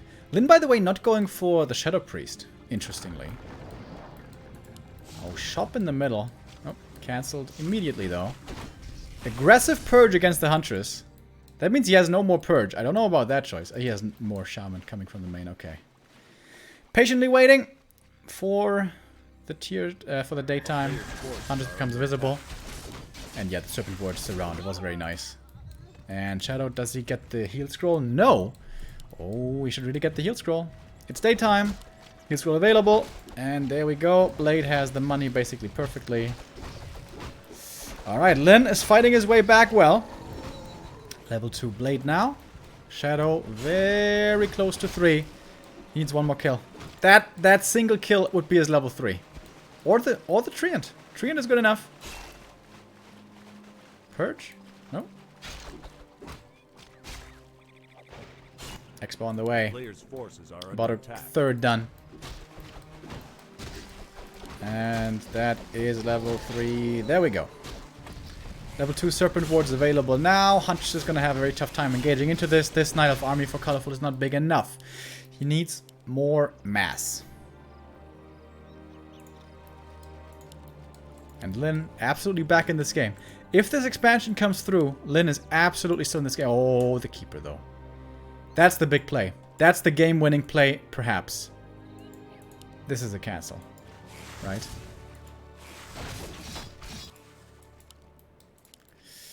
$1,000 HP. This should be the cancel. Oh. That's the play that will win him the game, if he wins this. So Lyn says, okay, screw it. I'll just attack your main. Pillage coming a little late. A player's forces are under attack.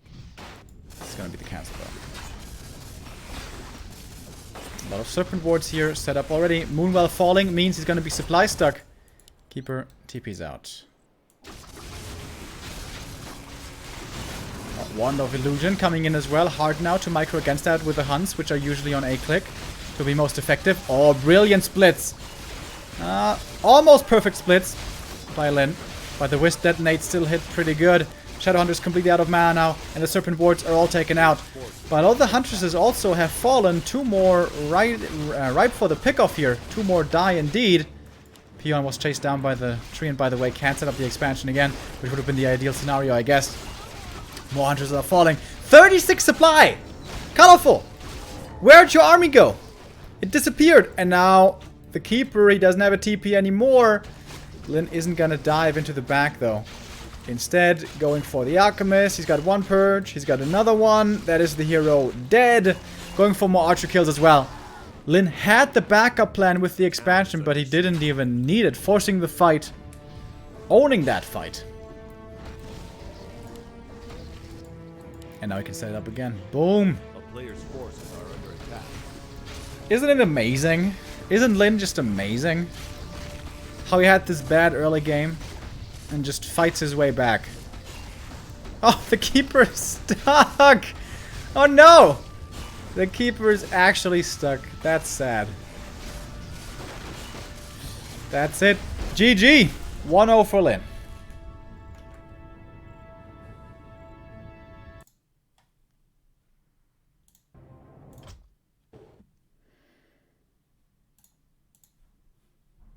So that makes it 2 points now for Newbee. Lin grabbing at least the 1 from his best of 2.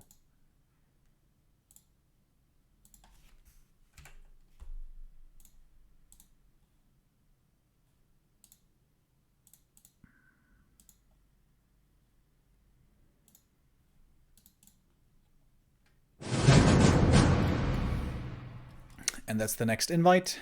And we go on to map 2. Twisted Meadows. Still in the pool. This map can be pretty good for Night Off. We saw it earlier. LawLiet winning here against Focus. With good Merc camp usage and just a strong tier 2 army. But it can also be a bit of a nightmare. If you don't get anything done. If you don't find any levels.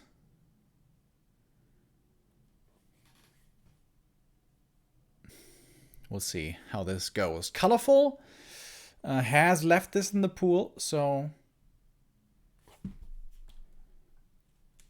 let's see what his game plan is.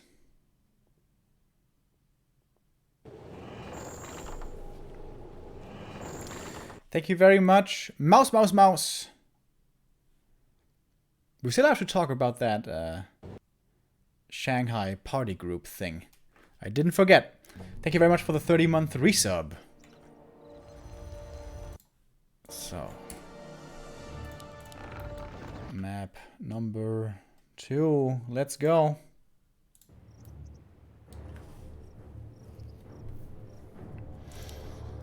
Colorful at the top right. In the blue. And Lin. Is this his new build? Blade Master shop? Skipping the barracks? Fast tech? We've seen this so many times now from him. Admittedly, a lot of it was 2v2. But now on Echo as well. I don't think you want to do it on Twisted though. Having grunts on Twisted is really valuable. You can creep the knolls, you can scout all over the place for trees, trees of life. You can contest the keeper, who already has a super tough time creeping. He's doing it again. He's skipping the barracks again. What the hell? Okay. Okay. This is Lin's new build. Dude, but isn't... Dude. But isn't this bad on this map? So it gives you a scout. This is the best thing about this build. You can go for more peons than usual with the 1 borrowed tech. With a normal 1 borrowed tech. So you don't fall too far behind the tech, and yeah, you do get the scout off. But he's only going to see the 1 position, so he doesn't know where Colorful is, either top right or top left.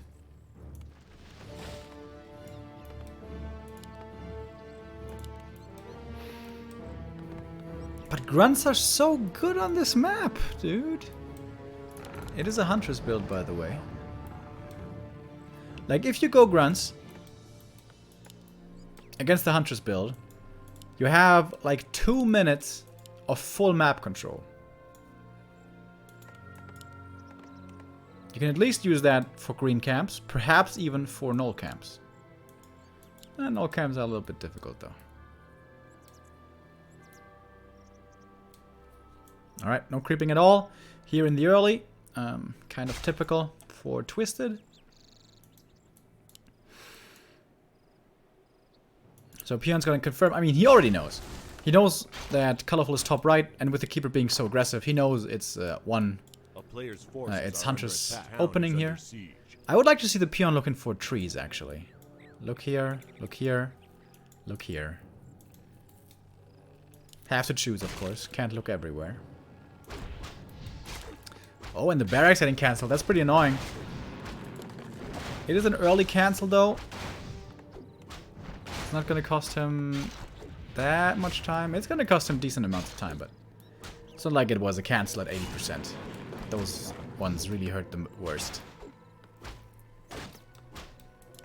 Also cost the keeper quite a bit of mana. Oh, he does have nutrients. Oh, he's committing hard for this cancel, dude. Wow. 300 mana for the cancel. He needs to get this. Not sure that he will. Oh, nice control there by Call Off. It's not enough damage, is it? Nope.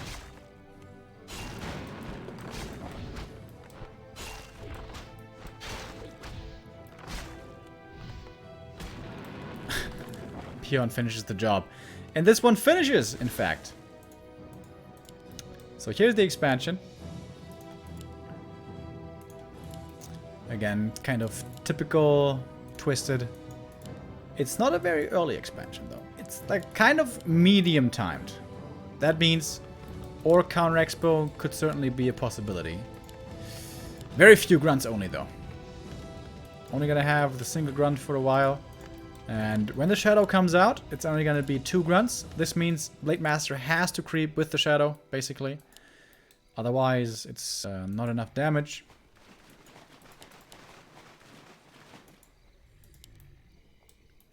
And with the Keeper showing Treants earlier, it's also much safer on tier 2. You don't have to fear entangle. Oh, I love this choice.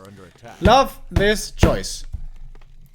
Lin knows Keeper doesn't have entangle, isn't going to be level 3 forever, so he doesn't need the quick dispel from Shaman. So instead he's going for the Torrents, which are better in the late game, but have difficulty in the mid game, oftentimes, against a strong Keeper, but the Keeper is not strong. Grunt Scout, so important as well. To see the Merc Camp here being taken. Blade Master is going to be too late for the big Rock Golem, but it's going to be in time to prevent level 2 on the Keeper. Oh, Speed Scroll! Oh, he almost got it. He got the small item. He got the mantle. Damn. He almost was in time to steal everything. God damn Lin.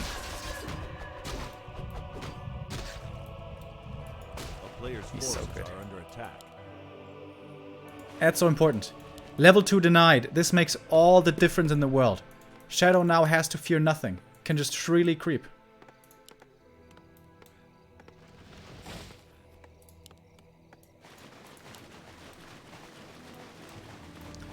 Blade Master also very close to level 2 now. That's gonna help. Lin perhaps aggressively now gonna want to creep this camp. Oh, is it Hex first? What is it? It is Hex first! Oh. Does he read that the expansion is here? So this army movement is very suspicious. Very weird. Then with 1 speed scroll only, right? Yeah. Only 1, not 2. And there we go, Hex! No shadow creeping, just aggro right off the bat. Doesn't get the Huntress though. The Alchemist comes in. Too much damage. Blade Master is taking forever to kill this Berserker. Whoa. Proxy Bestiary. Wants to have it as a surprise, maybe? Alright, but now Lin has lost the scent. He has lost knowledge of his opponent's whereabouts. But this, look, this Huntress makes things really obvious, doesn't it? Ooh, did he see it though? It was nighttime. Parry up tier being found is okay. Not that great though. Level 2 for the Keeper, finally. But level 2 Entangle at this stage in the game isn't even really good.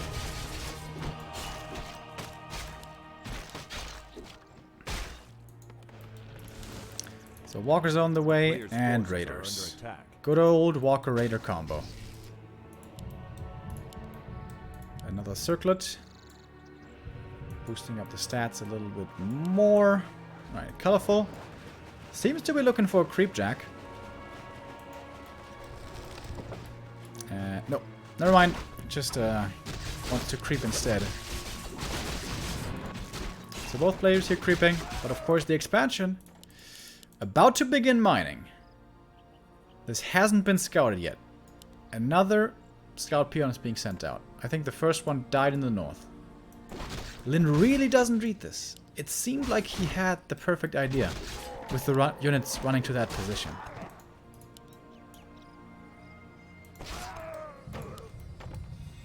Ring +4. Meh. Alright, peon being sent towards the bottom left. That seems to be the counter expo. But lumber's pretty low. Why do these world-class players keep doing this? Lumber mill's here. All peons should be in this square.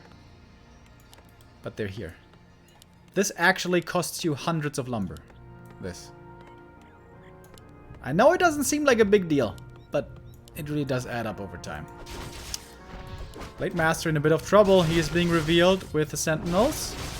Getting controlled now as well. With the invul, he wants to go for the last hit. Doesn't get that. Last hit with the Night Elf and the item as well. The Scourge of Bone Chimes. Lin would have loved to have that. No crits here, but a healed scroll forced. That is a small victory.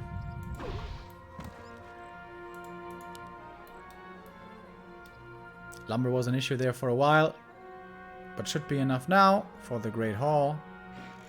There we go.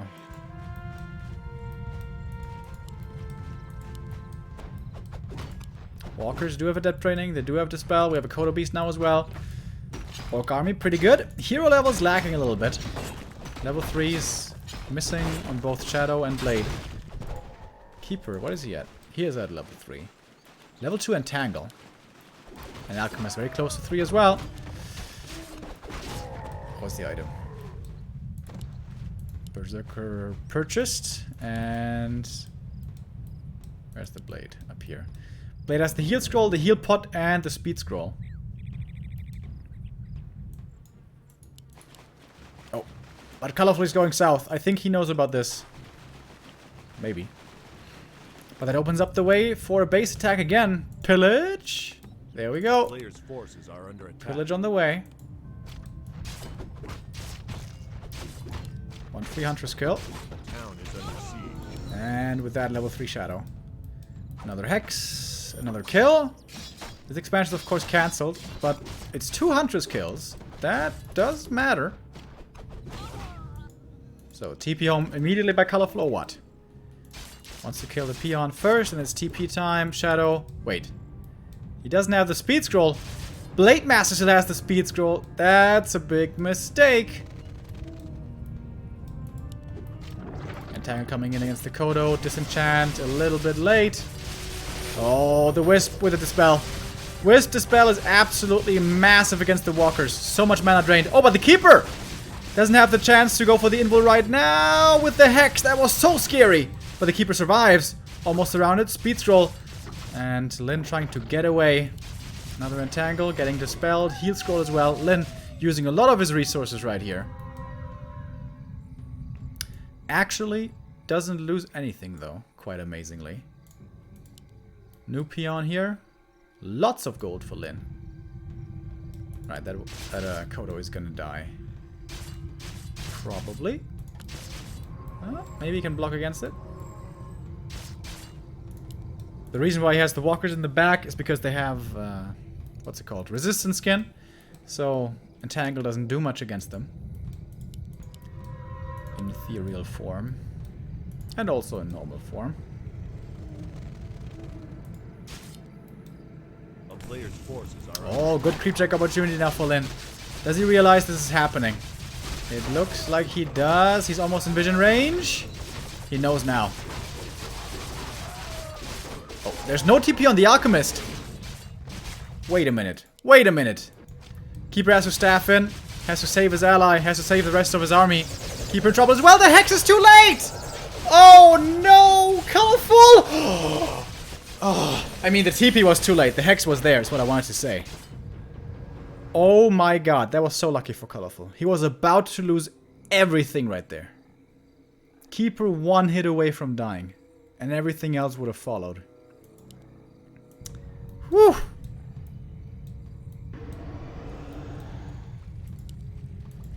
One crit, and this game is probably over. Treants coming in for the harass, but those are not going to be canceling this. TP on the Blade, making use of this big map now, abusing his mobility, I guess. Will be forcing a response here towards the Expo. Colorful can't really afford to lose this. And if Colorful's TPing over here, this means the expansion down here is safe. This is Lin's plan. And doesn't even have to use his own TP, does he? Blade Master. In a bit of trouble. But he's gonna take that fight now. He has Spirit Link to make use of. Oh, Blade. Gonna TP out. 2 Raiders in trouble. Saving those would be a big deal. Oh, nice. Saves them. And the arc around the TP as well. This was like oftentimes very close to max range.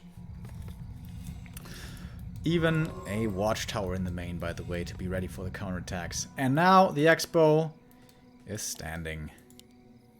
One walker here already. But right now, Colorful certainly with a much bigger army. 10 supply lead. Upgrades on the hunts. 1-0 only. He needs more. How is it that Night Elves keep on forgetting about the upgrades? They're so important. He's gonna go for heal scrolls. Those are very important as well. I know. I do understand. Oh my god. Blade Master steals one of the heal scrolls. But there's still 2 more. Shadowhunter, not too much mana, but there is a mana pot. Alright, 65 versus 55. Here we go. Shop coming up in the back. Yes, it is. For the Beast moving forward. Gets the first Devour off. There's a second Kodo. 2 hunts out of the fight right away. This fight seems too easy. Seems too easy, actually, for Lin. Blade Master getting focused in a desperate attempt. That's never going to result in a kill. Easiest fight of Lin's life. He chewed through both heal scrolls already, but that's okay. All the hunters are about to die. Level 4 Shadow now. Hex now lasts an eternity. And all the hunts are dead. This looks like the win now for Lin. Doesn't it? Colorful 60. Rarely have I seen 65 supply hunts disappear so quickly. And here you could really see the power of late game walkers. In the super late game, or in, it's not super late game, but in the late game, walkers are the better units compared to shaman. But they have a longer time to come online. But since the keeper was so weak for so long, Lin had the time to go for these walkers. But it was more than just going for the right units to have the right army at the end of the game. It's also how he stayed alive this game, how he continued to force his will on the map, how we outmaneuvered Colorful. Lin is playing so well. So damn well. And now it's a supply lead for the Orc. That normally only means GG. It's the Night Elf here who needs to have the supply lead. And he did, but it wasn't enough. I think Hunter's upgrades, forgetting about those, was a massive, massive mistake. Don't know why this keeps happening. I guess the Night Elves feel they don't have time for upgrades. They have to make units, make units, make units, and push and fight. But Lin bought so much time, over and over. Delaying, delaying, delaying. And getting to his big army, to his late game superpowers.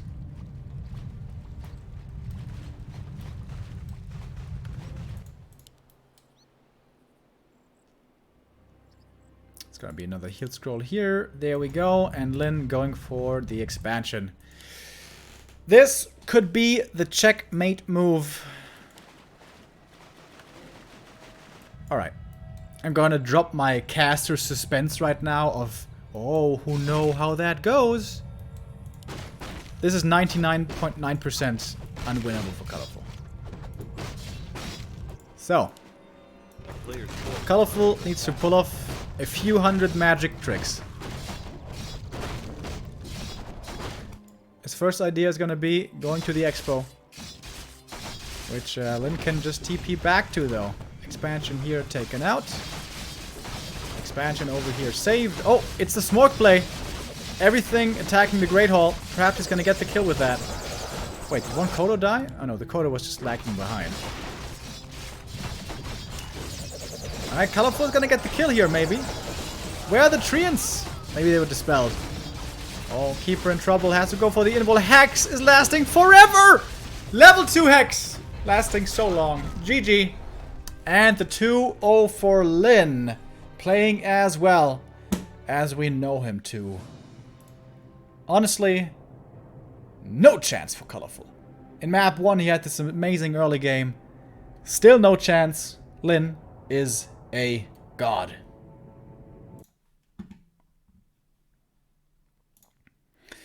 Thank you very much, Astaro, for the 5-month resub.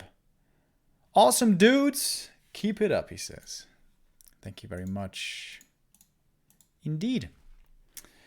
So, this now brings us to a 3-3 score. Means the next match is going to decide it all. Which is pretty cool. But it again means we're not going to have an ace match, unfortunately. Still have to wait for that. I hope we're going to get to see at least one ace match. Judging from the performance, I wouldn't have been surprised to see Lin today in an ace match had it come to that. But it won't. We're at a 3-3. Wait, there we go. Now we're at 3-3. Yeah, so it's going to be 1-0 versus Romantic to decide the winner of today.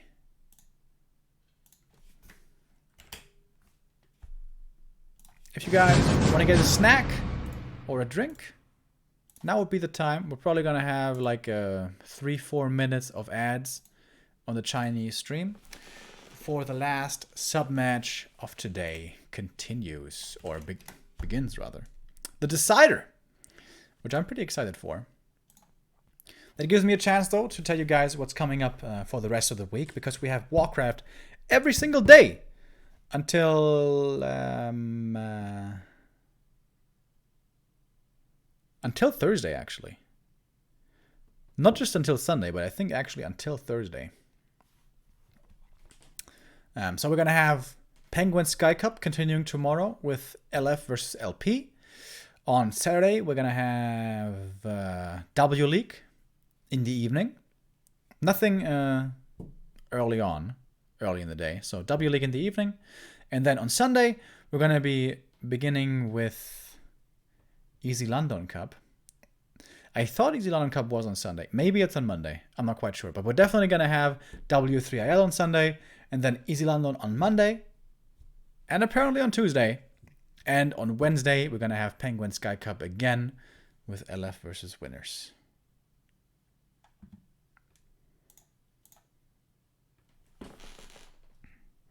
Alright, I'm gonna be right back. Just need to get a quick drink of water.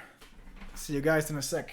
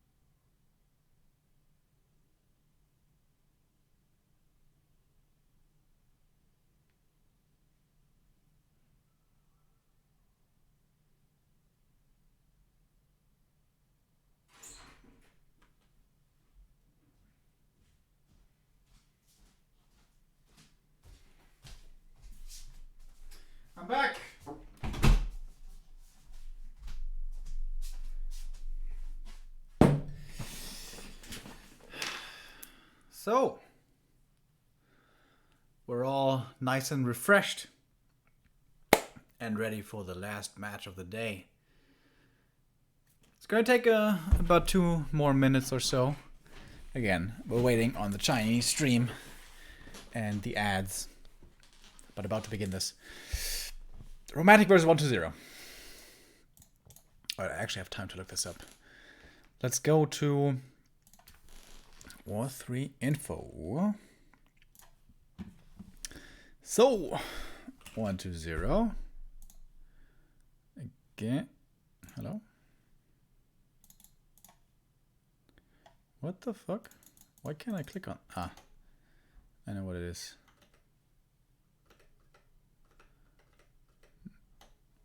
I've been having this bug recently with Warcraft 3 and War3 info. I can't right click on some things. I have to like... Okay, wait a minute. Does this work? No. I have to open it in a new tab.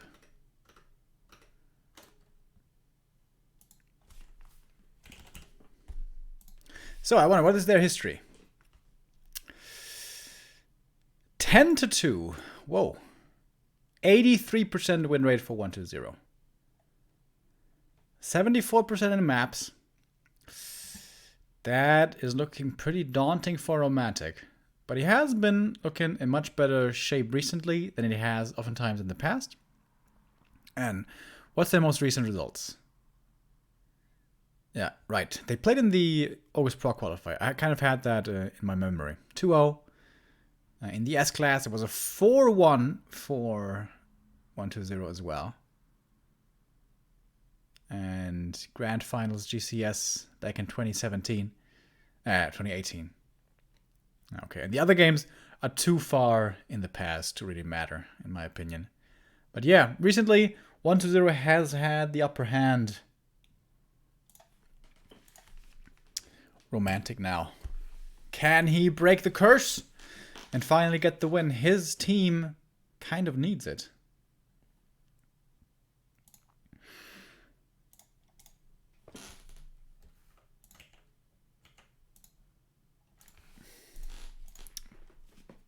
I guess it's looking okay for LP Club. They won their first match against winners. So they're at a 1-0 right now. They could kind of afford a loss, I guess. But of course, obviously, you want to get the win if you can. So now, pressure's going to be on Romantic. Our game about to begin.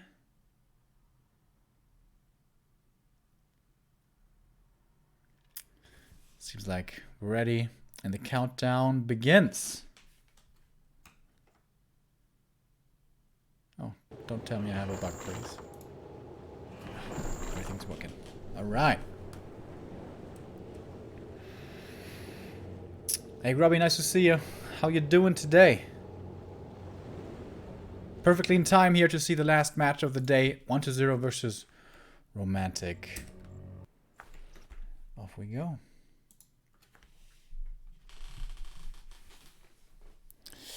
As you can see from the stats, seems to be favoring 1-0 quite a bit. 70%, 74% versus Romantic. Historically, Romantic has had a very tough time facing off against China's greatest undead. Most recently, though, Romantic has been looking much stronger than he had before for large parts of his career. Also, something to note, these are some of the youngest players we have in the scene. Some of the youngest and most talented players we have in the scene at 22 and 23. 1-0 certainly has been more successful so far in his career, but Romantic, ever since he came back this year, has been impressing as well. This would be another opportunity for Romantic to impress us all as we go into our best of 3, the last match of the day.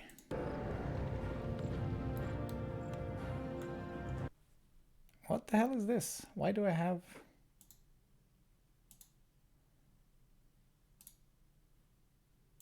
Alright, I don't know why there was this black thing there suddenly. Anyways, 1-0 spawning the top right-hand side. The red undead against Romantic in the blue.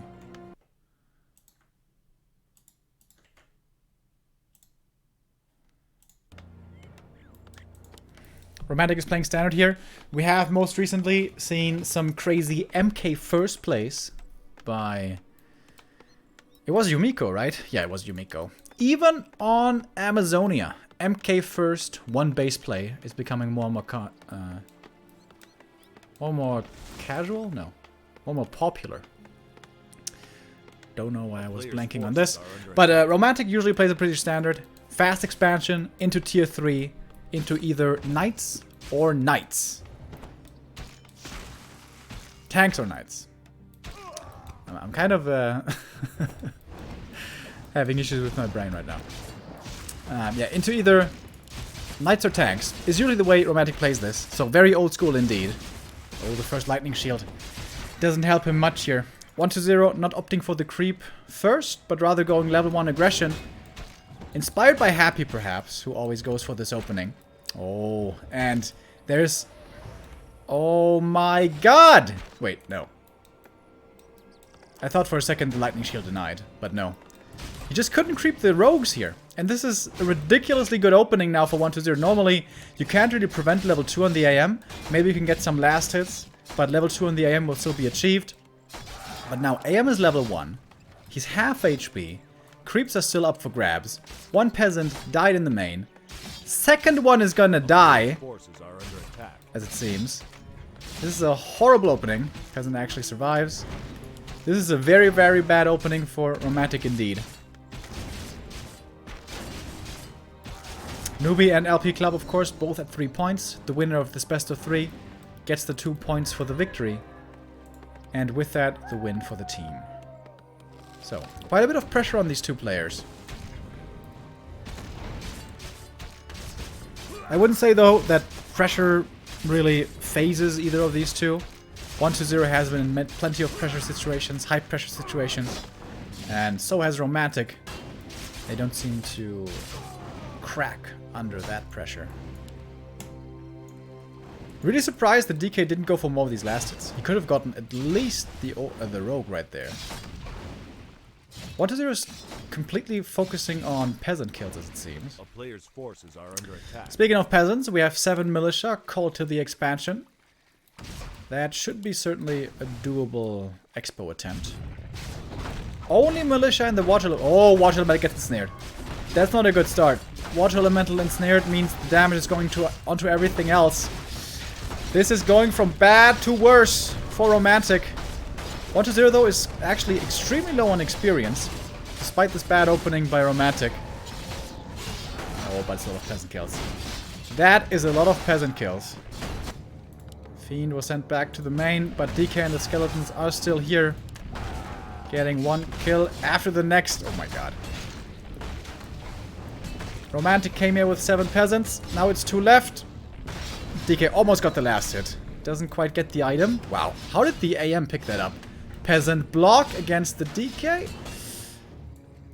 Barely manages to walk out of there. But that was certainly a lot of damage towards the expansion. Kind of all because the water elemental got ensnared. AM though is level 3. DK only level 1. I wonder, are we gonna see the ritual dagger now coming into play? DK is very injured after all.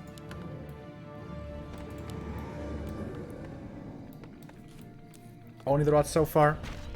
I think 1-0 could have done a better job gathering experience, especially over here. When the AM ran away and just left the rogues there, one of them low HP. But still, by no means a bad early game for 1-0. It still should be a good early game, considering how many peasants died, how late this expansion is. And yeah, how flawlessly 1-0 did get to tier 2. A player's forces are under attack. Not quite level 2 just yet, though. Experience is an issue right here for 1-0. AM still creeping up. Romantic respecting his opponent too much to try to dive the main with footies against the top undeads normally. That doesn't really do too much. Footy does not get denied, but the DK was out of experience range. This would have been his level 2. Slight mistake, but he wasn't paying attention to that, I guess. Tech for 120 pretty late.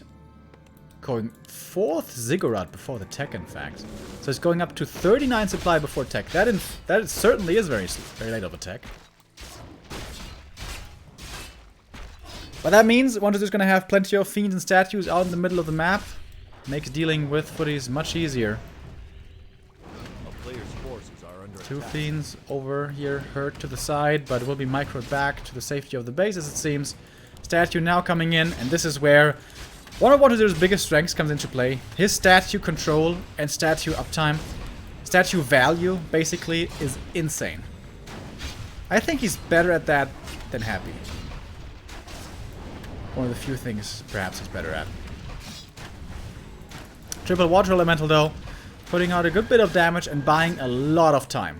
Time that Romantic can use for a wall-in, for towers, for a tech. Tech is coming. Has just started. Everything extremely hurt over here. The Lich. Coil. Okay, there we go. 120 once again. Playing it right to the edge. Waiting with the coils as long as he can. And just kiting backward. Over and over and over. This would actually be sick value now for the Ritual Dagger. On 6 units?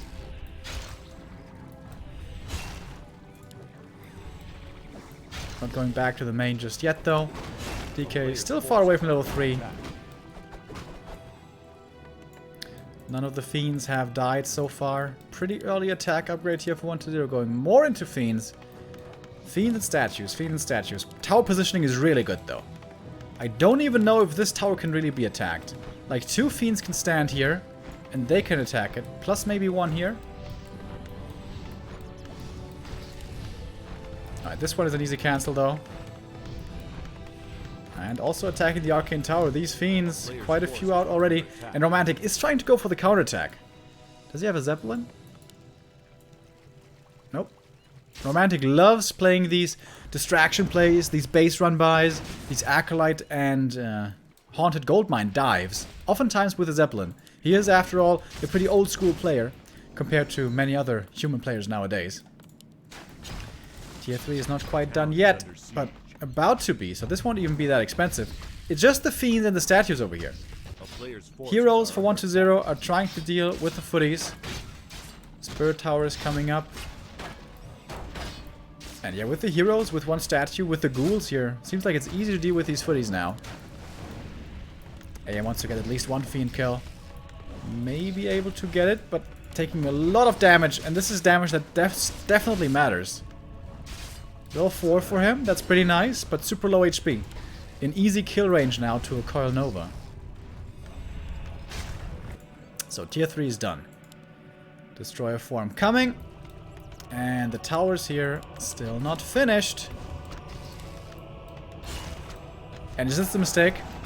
This not walling off at the trees, is this the mistake that costs Romantic his expansion?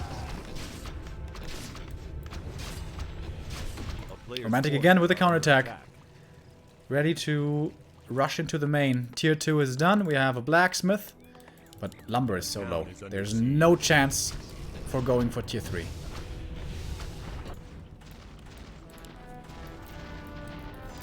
But the main, at the moment, undefended.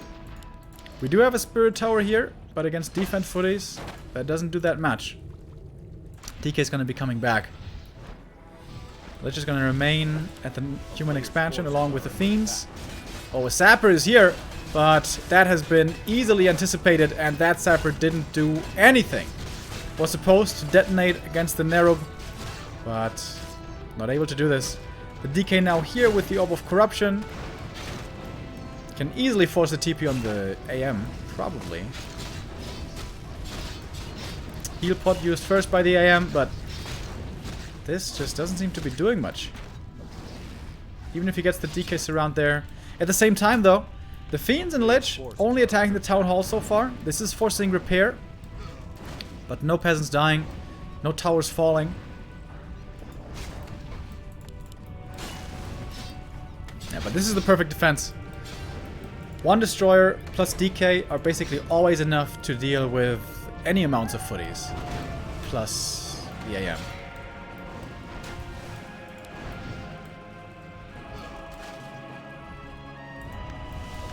Whoa! Players' forces are under This town hall suddenly extremely close to falling. We do have one level of masonry. But these fiends surprisingly putting in a lot of damage. The 1-0 attack upgrade really starting to kick in. And town hall dies just to fiends and lich. You don't see that every day. GG. 1-0 for 120.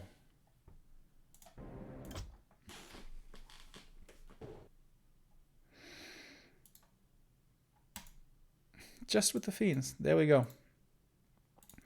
But that was, of course, a very bad early game for Romantic. Starting off terribly with the first lightning shield creep. That one backfiring. Then 5 peasants dying at the expansion. That's just insane amounts. Really hard to recover from that. I think he should have gone for boots on the AM.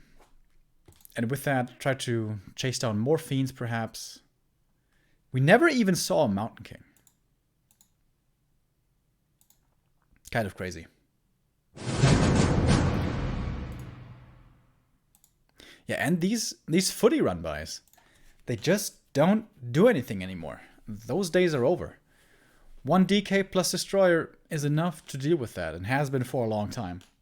And this is kind of what I'm concerned with Romantic in this matchup. When you look towards players like Infi and TH, they play a much different style.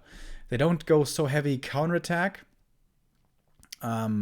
Also not necessarily fast expansion, but primarily rifles and tier 3. I think rifles and tier 3 is the way to go in this matchup for human. Whether you do that with an early expansion or without, both is doable. But I'm pretty sure if this game had gone longer, Romantic would have gone tier 3 for knights and tanks. That's usually what he does.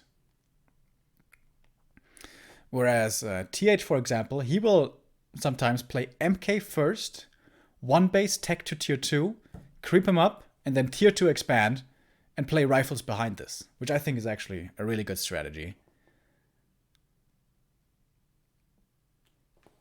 But yeah, Romantic, he's still trying with the fast expansion approach, and that can certainly work. But it feels like when humans are playing against the best, against Happy and 120, you can't afford these losses in the early game. You can't afford to lose. He lost 7 peasants, actually. He lost 5 peasants at the expansion. He lost 2 in the main. And that's just too much.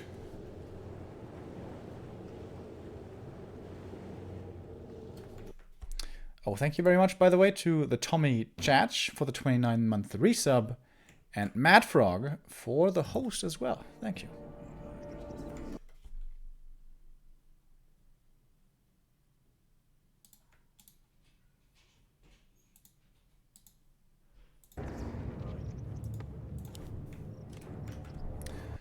Our map number 2 will be Last Refuge.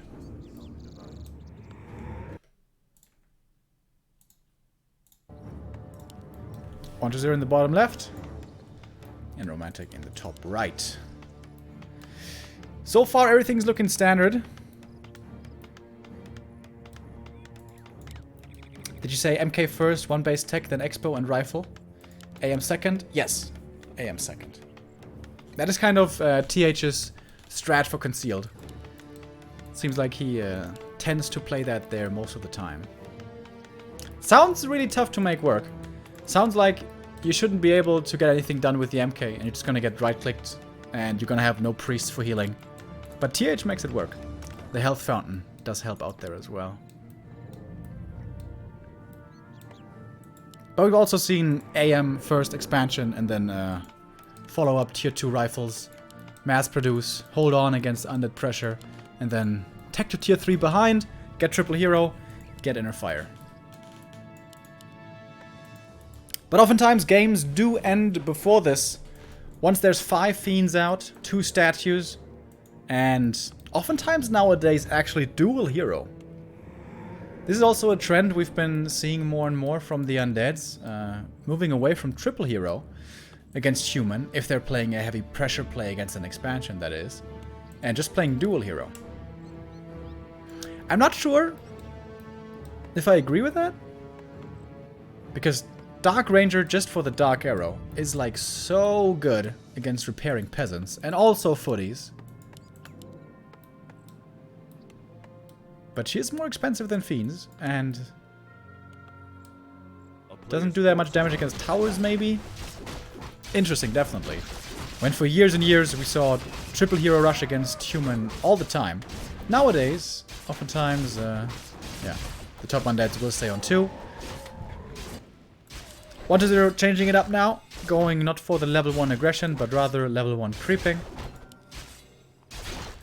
With the High Priest first. I think normally the play here is to creep this camp in its entirety. Oh, getting ambitious, trying to kill the footy, but no, it's not gonna work. Just putting in a bit of damage. Not even creeping the whole camp. Just getting the big High Priest, and then looking for aggression. So, Romantic is gonna expand again. Romantic again, he's a very old school player. I don't think I've seen him play one base tech against Undead yet. I think it's been fast expansion every single time.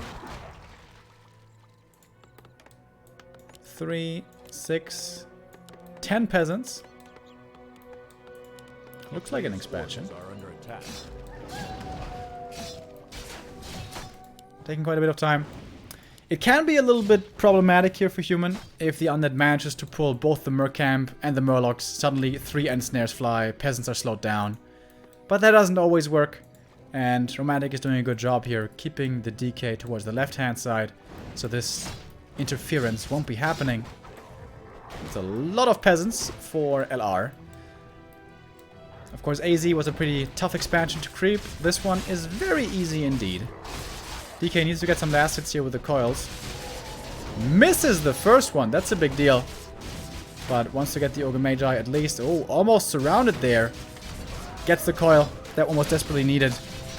1-0 needs to get level 2 here. Oh, nice deny.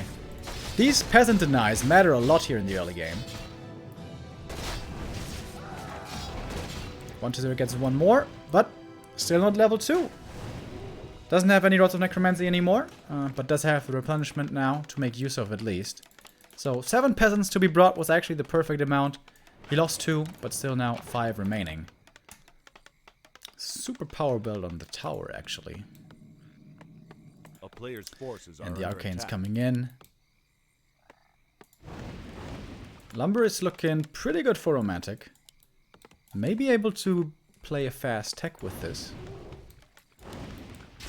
6 footies out already. 7th footy coming. This is where you can start to feel comfortable. 7, 8 footies, that's kind of the sweet spot. Maybe even 9. And then go for defend. Oh, there we go.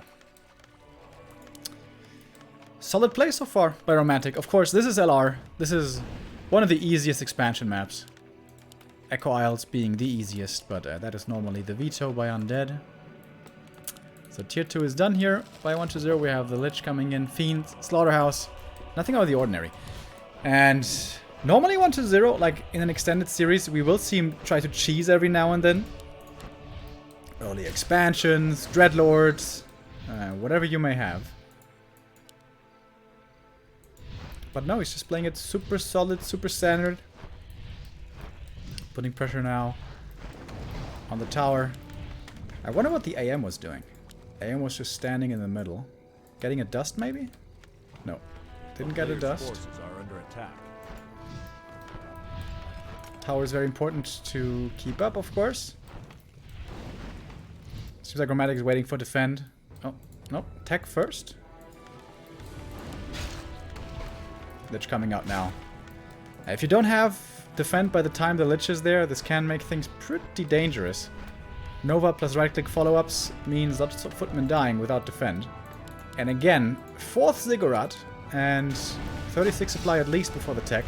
Oh, the Arcane! That was so close. That was one Fiend shot away from dying. Oh, but nice surround. Romantic finds a kill there himself. With the footy dying, the surround is still stuck, and he gets the Fiend. Great trade for Romantic.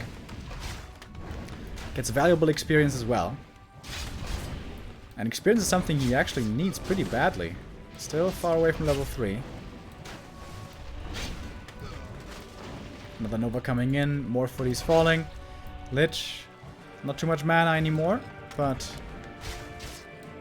still decent right clicks. Still no defend.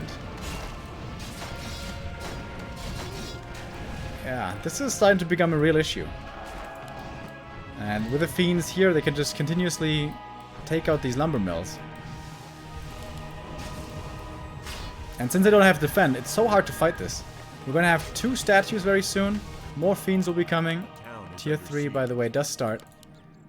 Once again, very late. Oh, looking for another surround here with the footies. Doesn't get it, though. Oh, now he gets it. Well done by Romantic. There should be another kill for him. Oh, closes it as well with the next footy after the one before that died. Nice moves. Romantic keeping himself in the game. And if he manages to push back 1-0 now, this is very important for his infrastructure here. He needs to get up some buildings, needs to get up some towers, and secure the space. But without defense still, this is... And I guess now it's too late for defend.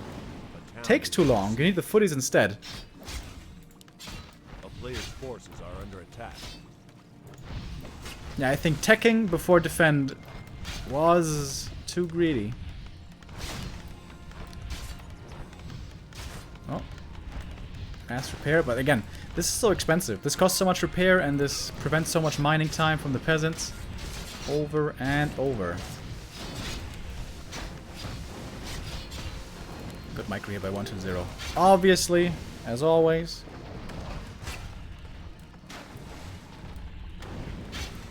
No militia called either. Can't really afford this. Okay, tier 2 is done. Time for the MK finally. That's gonna help with things. Where's the MK?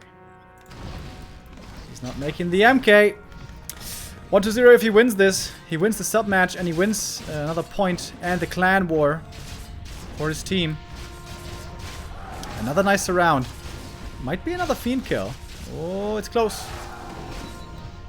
AM gets level 3.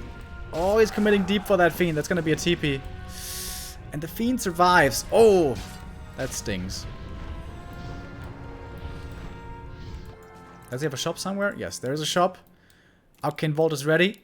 And... well...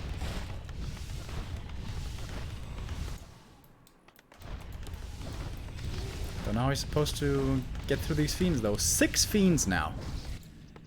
Attack upgrade coming as well. Destroyer form also on the way. And 1-0 could go for the orb now if he wants. Aim with the heal pot. Remains safe, but this game is still super tough for Romantic. Peasants exposed. Will be taking continuous damage here from the Fiends if they decide to focus on him. Hey, I'm still level 2. Never even got level 3 this game.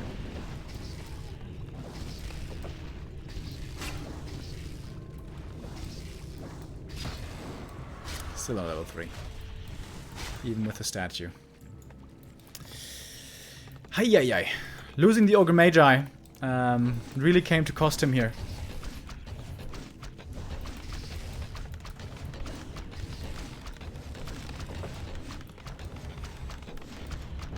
Here's the MK now. But MK only really does anything if there's units to back him up as well.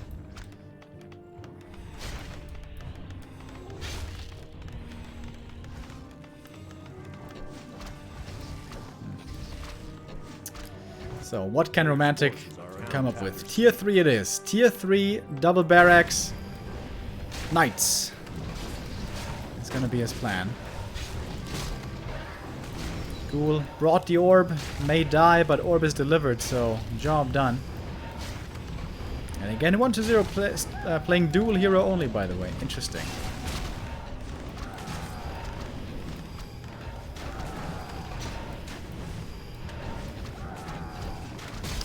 And these focus fires, peasants die very, very quickly. MK now is pretty low mana, doesn't have Stormbolt anymore, and the focus on the Watch Elementals die in one volley. Of course, level 1 Watch... oh no, it's level 2 Watch Elementals finally. Ah, with the Ghoul he got the level up. thank goodness, but 26 supply. He's got 1,000 gold though. Maybe the knights can do it for him. Alright, still turtle mode. Still super turtle mode. Or romantic. MK. Tome of Retraining. Oh, that's a smart idea. Blizzard now.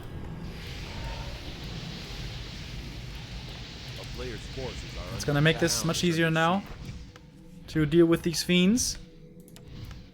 But Destroyer scouting out the main, and guess what he sees? He sees not a single tower. Is this a wall off down here? This might be an opening, actually. Killing the Ultra would also be a big deal. Paladin's Holy Light is gonna be very, very helpful if he comes out. We do have one level of masonry only, so not that tanky of a base, of a building. Player's forces are under Ultra attack. already coming up here. 1-0, what's he going for? Third attack upgrade. Staying at 50 for a very long time. Getting ready now to break with the next ziggurat coming up soon. So Ultra is gone, but about to be ready again over here. Dark Ranger now. Dark Ranger and upkeep for 1-2-0. Going for silence first. Yes. Level 3 on the Lich.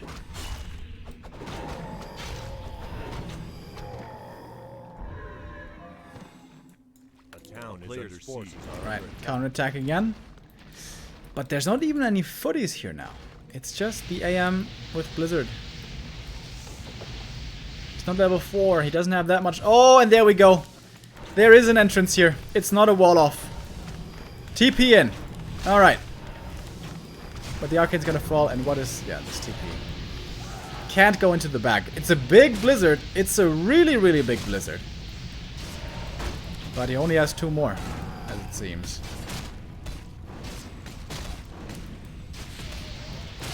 The damage is just so low.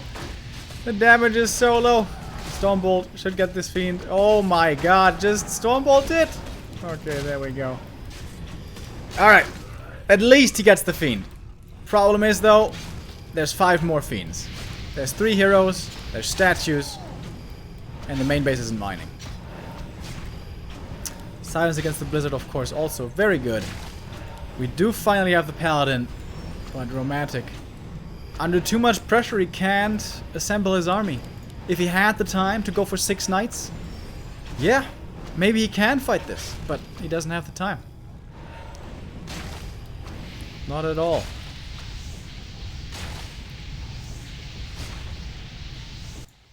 Player's forces are under Perhaps Romantic can catch some reinforcements, but he needs to keep this castle alive. Without... oh, suddenly he's Masonry 3, by the way.